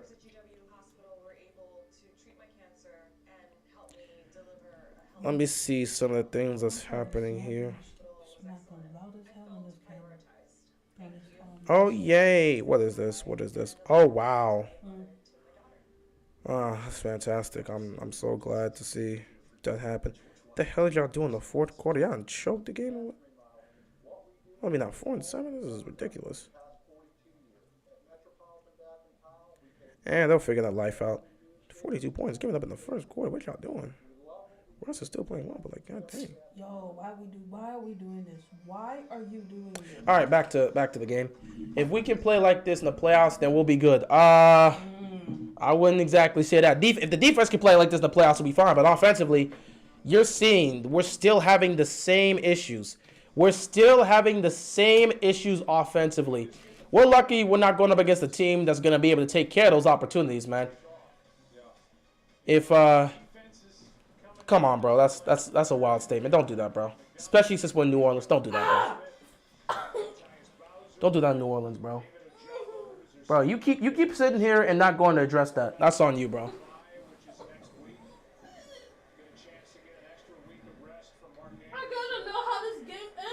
All right, well, you keep doing that, and you don't address that, and whatever happens is on you, bro. You keep complaining about it, but you're not addressing it. I can't help you if you're not going to address it yourself. I want to know what the game is. All right, well, all right, you do that, and whatever happens is on you. I won't be held accountable. Okay. But, yeah. And the passing, not even the passing game, just the same issues with execution in some places, play calling, missed opportunities. We're still seeing it here with Baltimore. They're just going up against a team that's not able to capitalize on it enough. You know, if you're going up against a more potent offensive group, they'd probably be able to... Oh, wow, look at all the jumps. Somebody jumped. False start. Damn. Everybody but the center. How often do you get that call? Oh. Love it when they call that. That's interesting. It's everyone but the center. False start. Everybody but the center. But yeah, I agree with you, Joe. And you've heard me talk about it. We've talked to others. They're really a model franchise. Baltimore is, by the way that they're run, the stability that they have. It all starts at the top with the owner. Ozzie Newsome, of course. First and 15, and I mean they just hand it off to look like to Kamara, and he just gets dropped immediately. There's no life left with the Saints, bro. They look like they're done. They're like, game's over. We're down by like 21, bro. We're done. We're not coming back from this. They gotta go no huddle, but bro, they ain't got nothing left. Baltimore's just trying to put this game on the ice and head. Being 6-3 is nice, but obviously there are some issues they still gotta address. Look at that. Another quick tackle right there. Kyle Hamilton makes a tackle. Bro, they're going to punt this football. There's 6 minutes left. Oh, there it is. They're like, it's just like, they're just walking it out. Look at them over there talking like big screen. It's like they were just arguing with each other just 5 seconds ago. I mean, that's football. That's what teams do. 3rd and 14. Look at the pressure coming. Just getting rid of the ball quickly. Olave's not getting the first down, and they know it.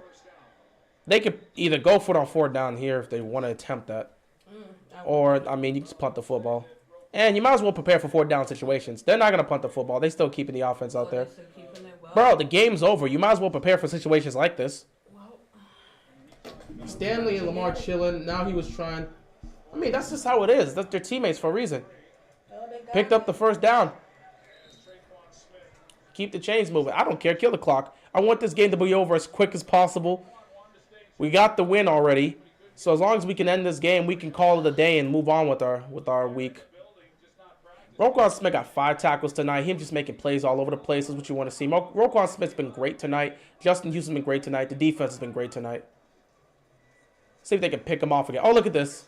Running again. Throwing out of bounds. If they can get a pick so we can just end this. What are some things you think they should work on during the bye? Bro, they have to... Okay, coaching has been a problem. So, once again, I have to specify... Getting the play. They need to work on this, on the play calling, specifically when it comes to getting the play to Lamar in the offense and getting set in time. How many times are you going to deal with delay of game calls? So they're struggling to still do with that. That's still an issue. They have to fix that. I think execution has to be fixed better. And play calling needs to be improved. So they got a bunch of things they got to work on offensively. Defensively, they're doing what you want to see them do. But offensively, I just think the play calling hasn't been... The play calling in some cases has been good or bad, but execution. Execution, getting the play and getting set, those are 2 things they have to work on. But all the issues I'm seeing right now with Baltimore is offensively. Like, legitimately, everything I'm seeing with them right now is issues offensively. Just checking it down here to Kamara, I guess. Overall, liked how the team played, minus our 2 drives on offense. Everything wasn't working. Yeah, congrats on the win. Appreciate it. You'll take a win if you can take a win. It is what it is. That's how the NFL is. But you still got a lot of work to do.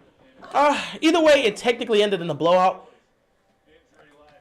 Gotta like what you saw from the defense today. I liked a lot of things I was seeing from the offense, especially in the first half. Second half, in the past game, didn't like what I was seeing there. In the run game, I liked what I was seeing there. They just got a couple things they got to clean up. Defensively, they've been relatively fine. I mean, defensively, they've made plays. They've made stops. Right now, it's just they're giving up. Incomplete here. Right now, defense is doing what they need to do. So I think the defense right now is finally forming into what we want them to be. They're finally turning into that team, that defense we wanted them to be. They're getting healthier, getting their guys back, and the play calling or the play coverages that we're seeing right here are starting to get better. So I think McDonald's starting to get better as a play caller for the defense. I think the talent that we have here is starting to thrive, and I think getting our players back healthy has really helped this defense out. After it's starting to help them out. Now, offensively, we have some issues here. Of course, we got some people missing, but execution has to be addressed in the bye week. They were coming on a blitz, and they managed to. Apparently, a touchdown was picked up. What the heck just happened? What the heck was that? I thought he was out of bounds.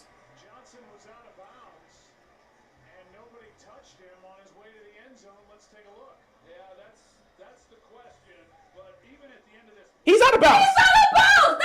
Heck no. Bring that Let me see that. Let me see. Oh, wait.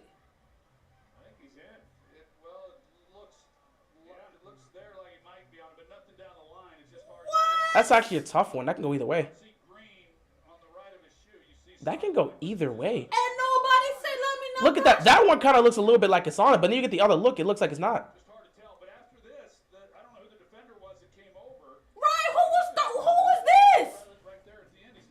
Okay, Peters thought he was out of bounds. We done with you, bro. Who was up there that just let this man run right past you? Yeah, the Heat just. Yeah, I'm not even gonna talk about that right now, bro. Just gave up a game-winning 3. Whatever. It is what it is. We gotta figure out our life. Clark. Sir, what are you doing? I don't see MP getting traded out this year. I don't know what you're talking about. Ow. That's a bit of a toughie. They're going to say it's a touchdown. You know what? Fantasy owners are going to be happy for that. Shark Clock, what were you doing? Why didn't you get that man out of the bounds? Fantasy owners are going to be so happy with that. Everyone's confused now. Fantasy owners are going to be so happy with that touchdown. That was so weird. I don't even know what to say on that play. Dang, I need offense to come back and put another score on the board. For what reason? Just run the ball and kill the clock. No reason to do that. How they get a touchdown?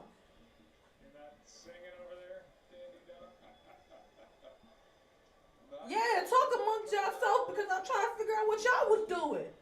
Whose eyes was not working? Yeah, I'm taking a look at this play again. I don't know. That's wild. Peters don't even know what he trying to explain this. He thought he was bro. Everyone looking around trying to figure out what the hell's going on. They trying to explain each other. Like they're trying to explain what just happened. He heated. Oh, he talking with John Harbaugh. Bro, you know that man. You know his mouth dirty as I don't know what. He cursing us. Sir, get off my screen. You played how many plays to get yourself injured? Get off my screen and go sit yourself down. Hamstring. Oh, out for the damn hamstring. Sit your ass down somewhere. That's crazy. If I'm Marcus Peters, I'm looking at the truck clock and say, well, what are you doing, bro? You just let that happen. You stop trying. Now the offense got to come out here for no reason. Justice Hill just run out of bounds. The offense really got to come out here and run the football and all this other extra stuff for no reason. Like, come on, bro. The game was over, and because of a lazy situation, Marcus Peters thought he pushed him and thought he was out of bounds, but Chuck Clark saw him continue to go and didn't stop. Man, if anything, if I'm Marcus Peters, I'm not sitting there explaining myself. I'm not even really mad at Peters because if I was in his position, I would have thought he was out of bounds. But come on, Clark. I don't care if you think he was out of bounds or not. He's still running. Take him out. Push him out. Hold him. Something. Do something. Don't let this man run past you to the touchdown because I didn't hear the whistle. Did you hear the whistle? No, sir. He's going to run this football here. There's no reason for Lamar and the offense being out here. I don't know. They're just running the plays, bro. They're just running the plays. There's absolutely no reason for the offense to be back out here dealing with this nonsense. If I'm Marcus Peters, I'm looking at Chuck Clark and saying, bro, what the hell are you personally doing? Feels like they've got it. And all 8-0 teams kind of feel like they've got it. But we saw them week 2 when they took on Minnesota. And we came out of that game basically saying the same things that everyone's saying now about them. That just something about that Eagles team that feels good. It just feels like it's a group that Lamar's running the ball again. and they've proven it. Looks like they're just going to kill the clock by having Lamar just take the football and just run for the yards. in the draft. So they're stocked. Oh, let me show you my new pen. Howie Roseman has done. I don't have it on me. It's upstairs in my room, but I took You're in a video of stadium it. and he's walking Young, this is what blows me. Why is my phone being like this? Never live it down. Welcome back inside the broadcast booth. It's going to be fun to watch that team. And Washington had something going. I watched a lot of that game yesterday, and I mean they got to be kicking themselves for letting that one slip away to the Vikings. You know, and they Speaking were of that, What? 3 in a row and had the Vikings on what happened in that game? Because I didn't watch the game. Well, I was just told that they lost by a field goal. It was a game that was kind of just going down to the wire. Washington actually had a 10-point lead against the Vikings, but then Heineke threw a pick. Of course. They're going to show it here. So this play happened, which is arguably the play of the year. I have no idea how that ended up being a touchdown, but that happened. Dang. Heineke just yeeted that, and Curtis Samuel somehow got the ball, And didn't they get did touched, not touch him. and he went in the end zone for a Dang. touchdown. Oh yes, they brought out the black. We actually, the black jersey. yeah, we actually had a 17-7 lead, but then they get a field goal. Heineke throws a pick. They score a touchdown. All of a sudden, the game's tied. It comes down to being a 17-17 game. Defense is there. We're under 2 minutes. The defense makes a stop. They're going to kick a field goal. So Washington's going to get a chance to get the ball back and go out there and either tie the game with a field goal or win it with a touchdown. But one person jumps over the kicker, which you cannot do in special teams. That's a personal foul. 15-yard penalty, which, I mean, it's half the distance to the goal, but they get a first down. So the Vikings get to run the clock, kick the field goal, they win the game. Because of one person mistake, the Commanders didn't even get a chance to try and win the game. I see they brought out the black hoodie, the black jerseys though. Drake Heineke picks up can 9. never go a game without a pick. Take Lamar out of the game. They don't really do that in situations like this. He can make the argument, but they don't do that in situations like this. This is my new pen. I found it at work. So hold on, let me put it. Go back and look. My phone is being stupid right now. I'll call you when I get it again. But it does happen to just say pay him now, number 8. And the question is about the guaranteed money. He assumes a lot of Okay. risk I got it. because of the way he plays. It's just his style. Yeah, that's nice. A lot of hits. Running What type of pen is that? not have long careers typically in the NFL because of the hits they take. It's a And the question is, pen that can also light up, and other than that, And then on the top it's a between a quarterback that wants to be with an organization and then on the top of it it's the that's wild. Hey, they pick up the first down. Let's run this clock and end this game. stylus. Oh, okay, stylist. Oh, it's also style. Okay. Let's be honest. I couldn't think of the name. And John Harbaugh said as much. And, you know, like How you much said, did this for? really the guaranteed money. Oh, but if you ever want a place make a lot of it. for you and your friends to go try out, Mm-hmm. most definitely the food. All right, you can tell me about that later. Food banging though. I'll show you the video. $1 million guaranteed money that got the attention of everybody in the NFL. And owners around the league are saying that. All right, 1st and 10. Just running this ball here. Kenyon Drake. Kenyon Drake is pushing, bro. He's picking up these yards. All right, we can just take a knee after this. And if Watson got it, well, that's where I should be. Yep. No, you're totally right. And, you know, Deshaun Watson, he hasn't played football. They don't need to score, bro. The game's over. Now that you've wasted all of the Saints' timeouts, Lamar can go in victory formation, take a couple knees, and this game is done. Stands to reason they take the position they do. You can sing when we come back on the other side of this 2-minute break. Get warmed up. Oh yeah, this morning I gotta start with my quicker oatmeal. Gotta oat up, right? Bro, Houston playing like Lawrence Taylor. He is, man, look like LT today.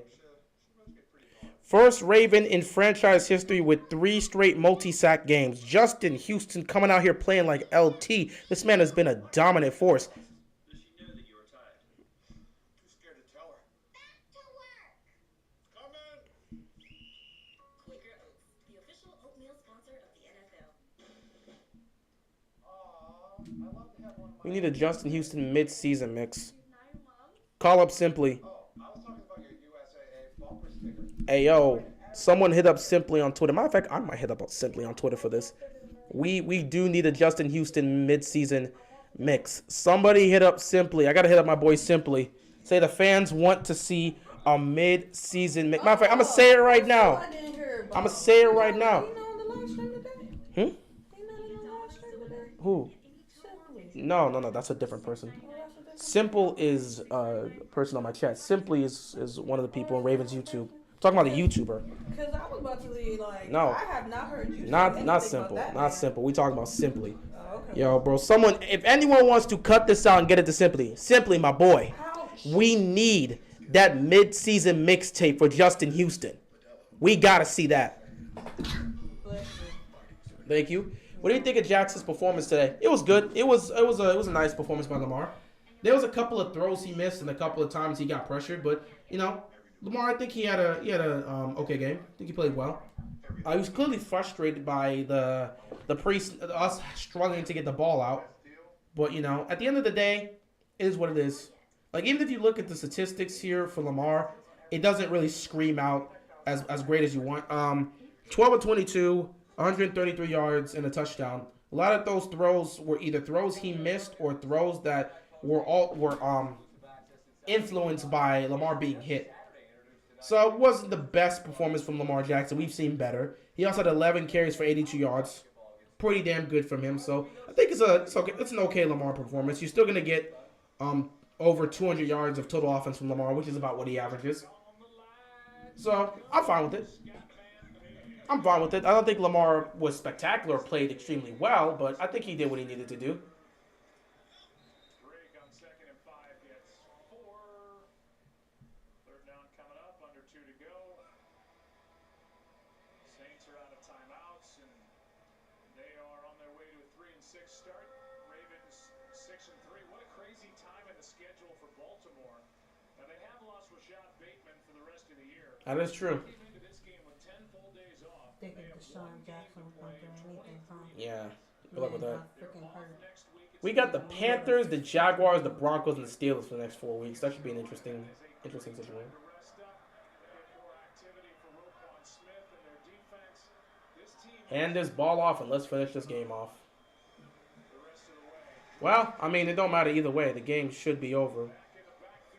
They can't. Well, then again, we still technically got a punt. But I mean, like,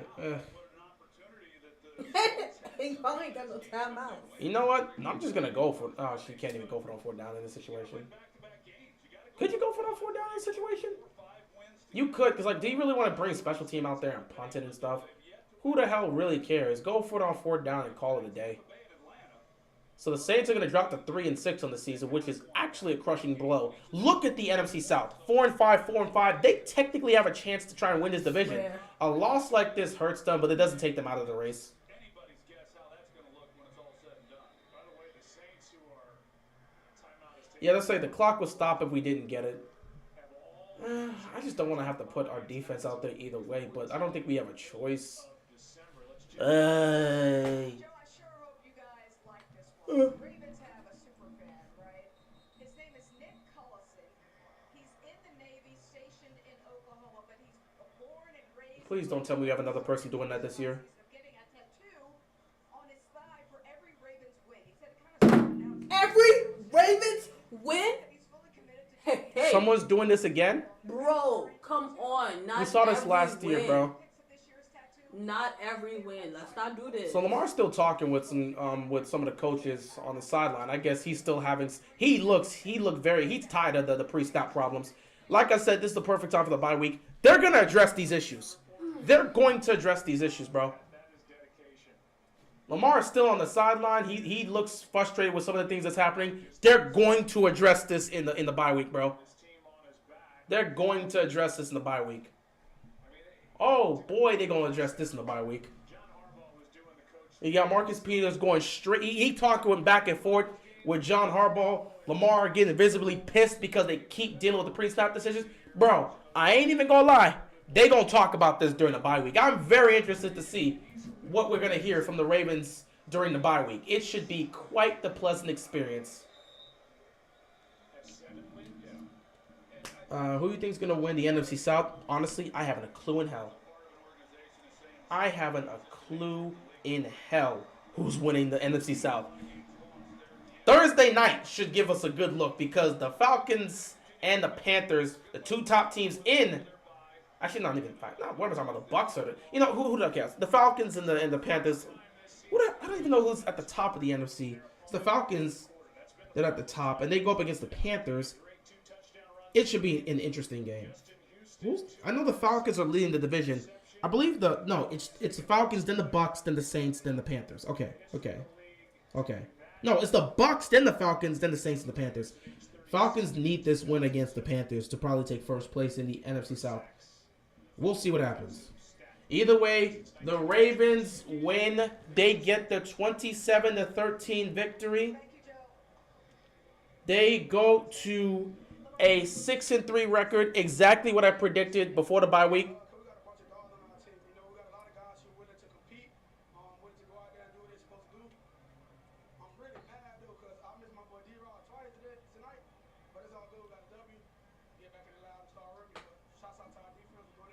True that.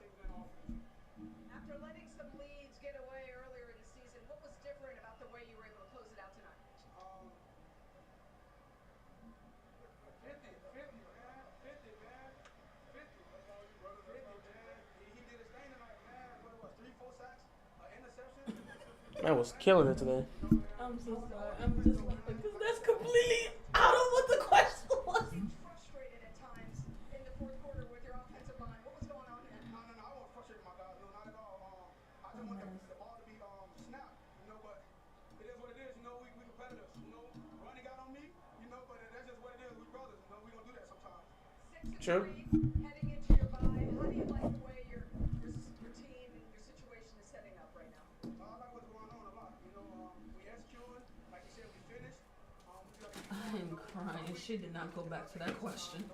It is what it is, bro. Thanks, Lamar. Congrats on the win. All right. So I just wanted to hear Lamar in that interview. So, the Ravens get the victory. They advance to 6-3 on the season. Hey, what's up, Mark Ingram? That's your boys right there, Big Shrub. Yeah, we got the W, Darren. Man, I told y'all at the start of the season my prediction was 12-5. I said we would be 6-3 by the bye week. 6-3 by the bye week.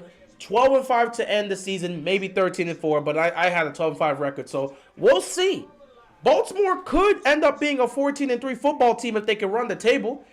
They're heading in the right direction. Defense is getting even better. Offense is going to get some pieces back. They have to continue to find ways to execute. Once you get Mark Andrews back, once you get Gus Edwards back, once you get J.K. Dobbins back, they're going to be a very interesting unit, and it'll be very difficult to stop them.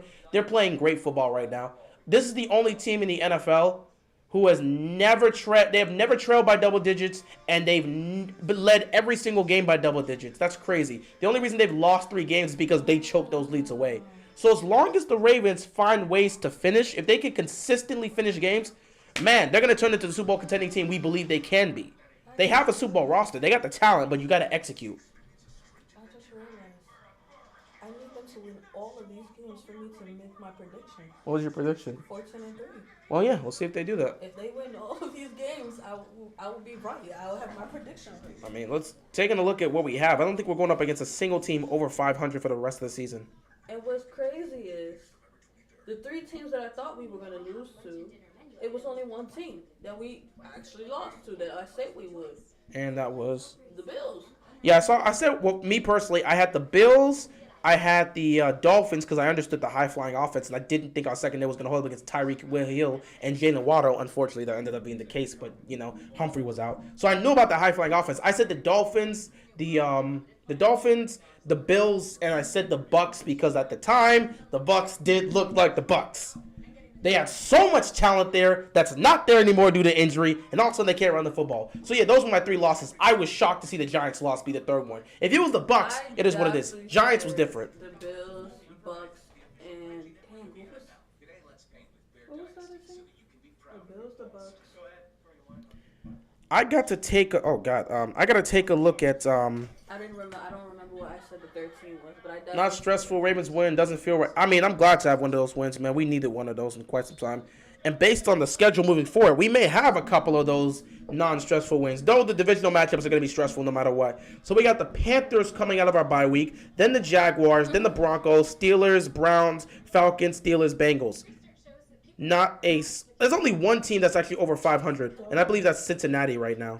Cincinnati is the only team over 500 that we will face. They're 5-4 right now. Cincy's the only team over 500 that we're going to face down the stretch. Every other team on this list is under 500. So if Baltimore takes advantage of this, not only should they be able to win the division, but they should also be able to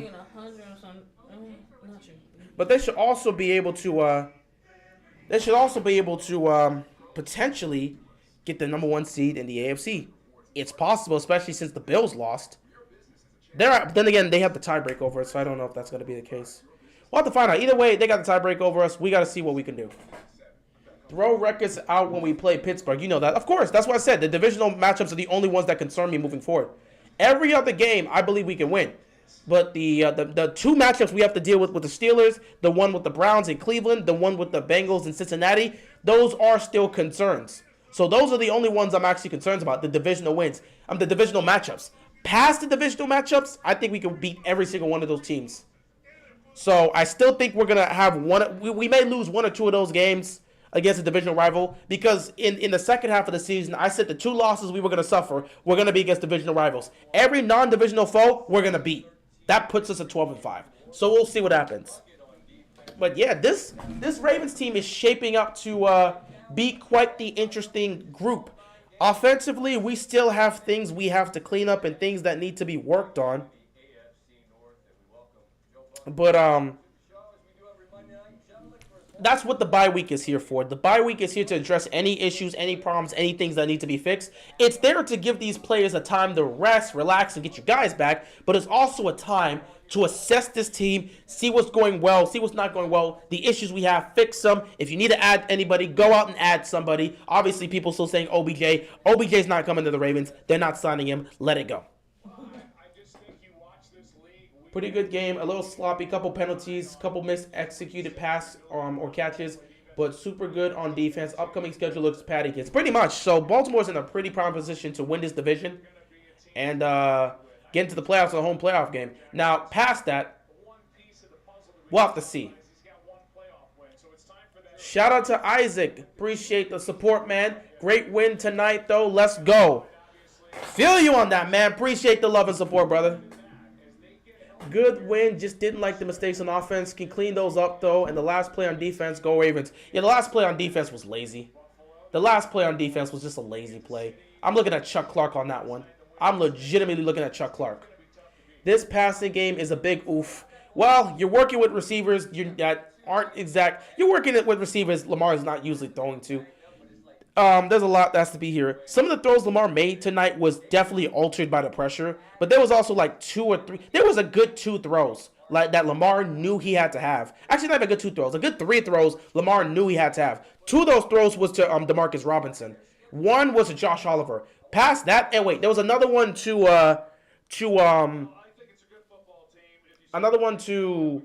Isaiah Likely. Yeah, he missed him because he was open. He did get separation. But past that, I think it was 4 throws where you could say Lamar missed on. And then there was a couple where Lamar either threw it out of bounds, it was a drop, or it got altered because he hit as he threw it. So be happy he didn't get picked off while throwing a pass where he got hit. But there's still a lot of things that need to be worked on. I think the defense feels very comfortable. Screens, I would love to see. Didn't see much for Carr in the second half. In fourth quarter, it feels like that is true. We didn't see much of him. Okay, then this season is over. We are just waiting to January. No, I wouldn't say that because you just can't assume that you're gonna be able to win these games any given Sunday. We don't know if the Baltimore's gonna continue trading up like they're doing, or if they're gonna have a couple of bumps on the way there. What seed you think 12-5 will get us? The 3 or 4 seed. So yeah, it's just like that. The 3 or 4 seed. So yeah. Oh.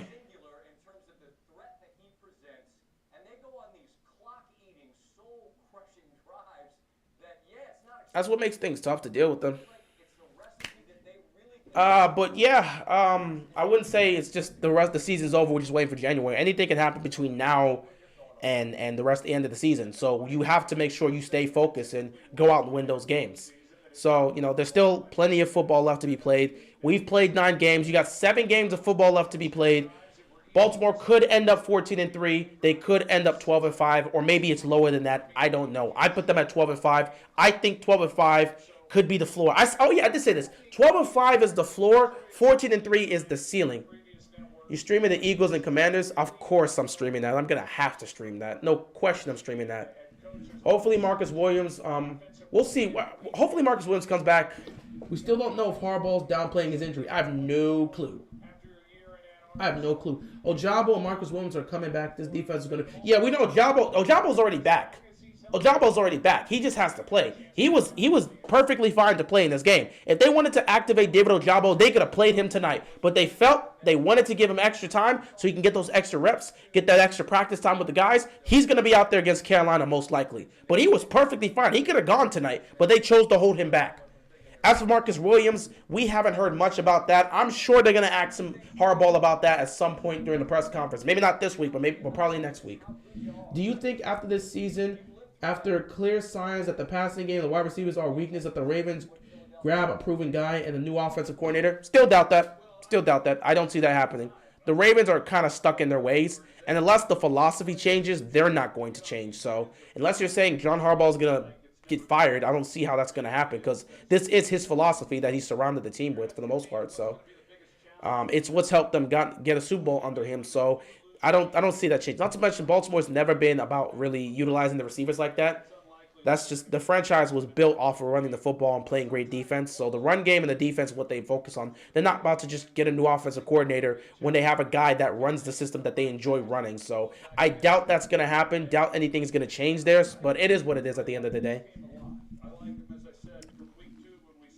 But yeah, Baltimore gets the win here. I cannot wait to assess this team because I'm doing that tomorrow. First thing tomorrow. No, I'm not going to say first thing tomorrow. But tomorrow, expect the video coming out. Expect the video to come out about it for the most part, because I definitely will be looking to talk about it. Really done their part. And then along with Roseman, the general manager of building that roster, there's just a lot to like. And I believe that they'll weather that when they do hit the bump in the road. But yeah. Well, I don't think anything's going to change. Looking at the schedule, they only got one team over 500, but I wouldn't underestimate the Steelers because they'll have TJ Watt by then. And I wouldn't underestimate the Steelers because they're going to have TJ Watt by then. And I wouldn't underestimate the Browns. They did almost beat us. You think I can play with wide receiver for the Ravens? Go give it a try. I'm sure they'll give you a contract and then not play you.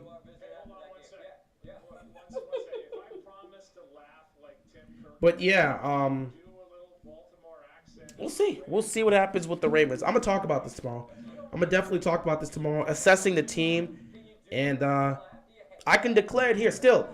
As of week 9, the Baltimore Ravens still aren't a legit Super Bowl contender, but they are a threat. And they're treading in the right direction. A 3-game winning streak where they've shown that they're finishing football games. They have a Super Bowl roster, so they have the talent to legitimately compete for a Super Bowl. They have the quarterback to legitimately compete for a Super Bowl. Now they have to show the level of consistency. I think they're on the case. They're at the cusp of being a legitimate Super Bowl contending team. People will probably sit back and say they're a Super Bowl contending team right now. There'll be some people in the media that says that. I want to see more consistency. You want to see that consistency. if you want to sit back and say after this 3-game winning streak where they've shown consistency to finish in 3 straight games, if you want to declare them as a legit Super Bowl contending team, I would have no problem with it. I would have no problem with it because the defense is only going to get better. It's playing at a high level. It's only going to get better by getting Marcus Williams back again and getting Ojabo out there, and it's just going to improve. So the defense is going to be top tier. Offense, we have to see how far it's going to go. But if you can get Gus Edwards and J.K. Dobbins out there together and get Mark Andrews back, you know this team's going to eat. Isaiah Likely is clearly showcasing skills. So you're going to get a 3 running back trio of J.K. Dobbins, Gus Edwards, and Kenyon Drake. All 3 of these guys can eat. You'll have that. You'll still have Mark Andrews out there. You still got one of the best quarterbacks in football. Isaiah Likely paired up with Mark Andrews. You've got weapons here. There's only 2 weaknesses on this team. The receiving core and slot corner. Past that, everything on this roster is top tier. So if you want to say they are a Super Bowl contending team based on the roster, I would 100% agree with you. They are a Super Bowl roster that can contend for a championship today. They are a threat. They are a legit threat. I have not fully put them as a Super Bowl contending team, but they're this close. I want to see the consistency. They're building it, but I want to see them continue getting that consistency in finishing games. I want to see improvements in the offense, but I want to see them continue to close games, and we'll see if that will be the case. Unfortunately, it's going to be tough to test that out against teams that are under 500, but we'll see what happens in the playoffs. We saw that they can go toe-to-toe with the Buffalo Bills. If they would have just held on and finished that game, they would have beaten the Bills. So every game this season, they've led by double digits. Every game this season, they've been down by no more than 7 points. They've never trailed by double digits, and they've gotten a double-digit lead against every opponent. They're the only team to do this in the NFL right now. So clearly, you can sit back and say they're a Super Bowl team. Just in terms of a legitimate Super Bowl team that you can sit back and say, yeah, that team can go right now and win the Super Bowl, and you 100% believe it. Honestly, if you want to say after tonight, they have shown that they're going to be a Super Bowl team because they're only going to get better with the guys coming back, I would have no problem with it. But I'm going to just take a little bit back. Tonight, I'll say this. They've gone from being just a playoff team to a threat. They've gone from being a playoff team to a threat. Now, I believe they can get to the playoffs, win a playoff game, and potentially go on the road and beat the Bills or the Chiefs. I think they have the potential to do that now because they're becoming that legitimate threat. But I want to see a little bit more consistency.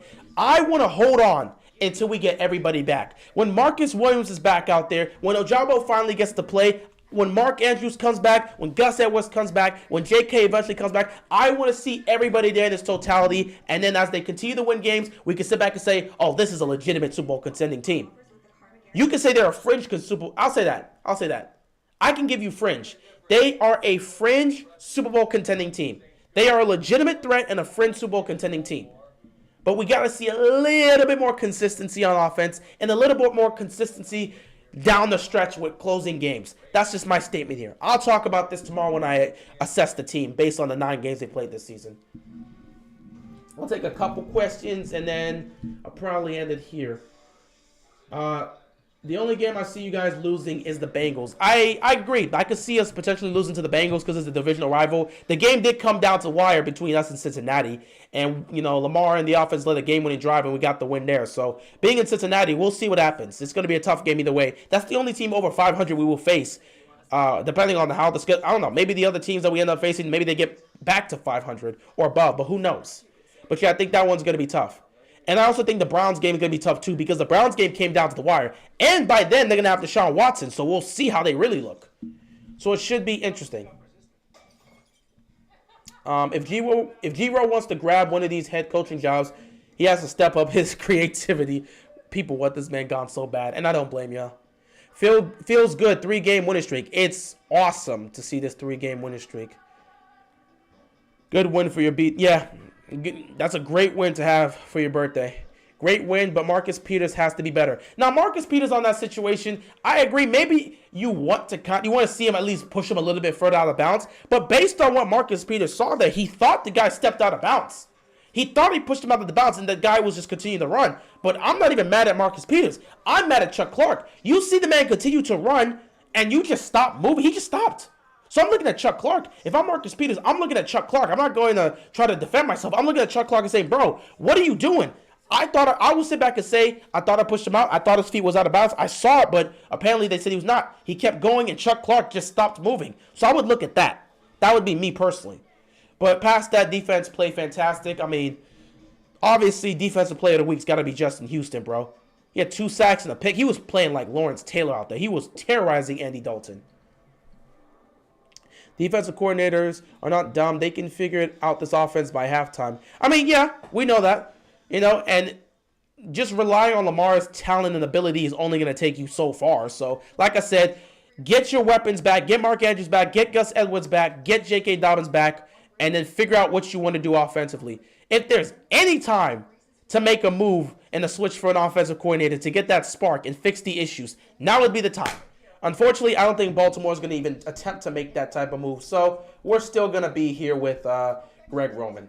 I'd be surprised if anything happens. You play until the whistle's blown. I didn't hear no whistle. All blame on Chuck Clark. Yeah, he just gave up on that one. I'm looking at him.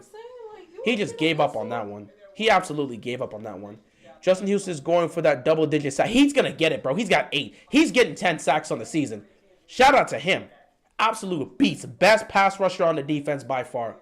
Anyway, I'm going to cut it here. I don't think I'm going to make my because I spent this extra 10 to 20 minutes actually talking about the game. I think I'm going to wait until tomorrow to actually make my recap video.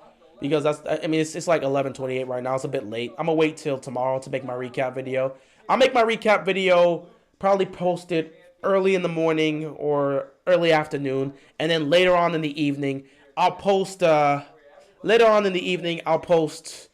another video most likely. Either tomorrow or Wednesday, I'm going to post a video assessing the Ravens season. Maybe I might just do the recap video tomorrow and then Wednesday I'll post that video. I don't know. I'll figure out what I want to do. How long is Marcus Williams out? I have no clue. So he'll come back eventually, but I have no clue how it's going to happen. Anyway, I appreciate you guys. I'm going to get out of here. I've been here for 3.5 hours. It's time for me to go and rest. I appreciate you guys stopping by. I appreciate the love and support. Thanks for stopping by, guys. And with that being said, I'm out of here, man.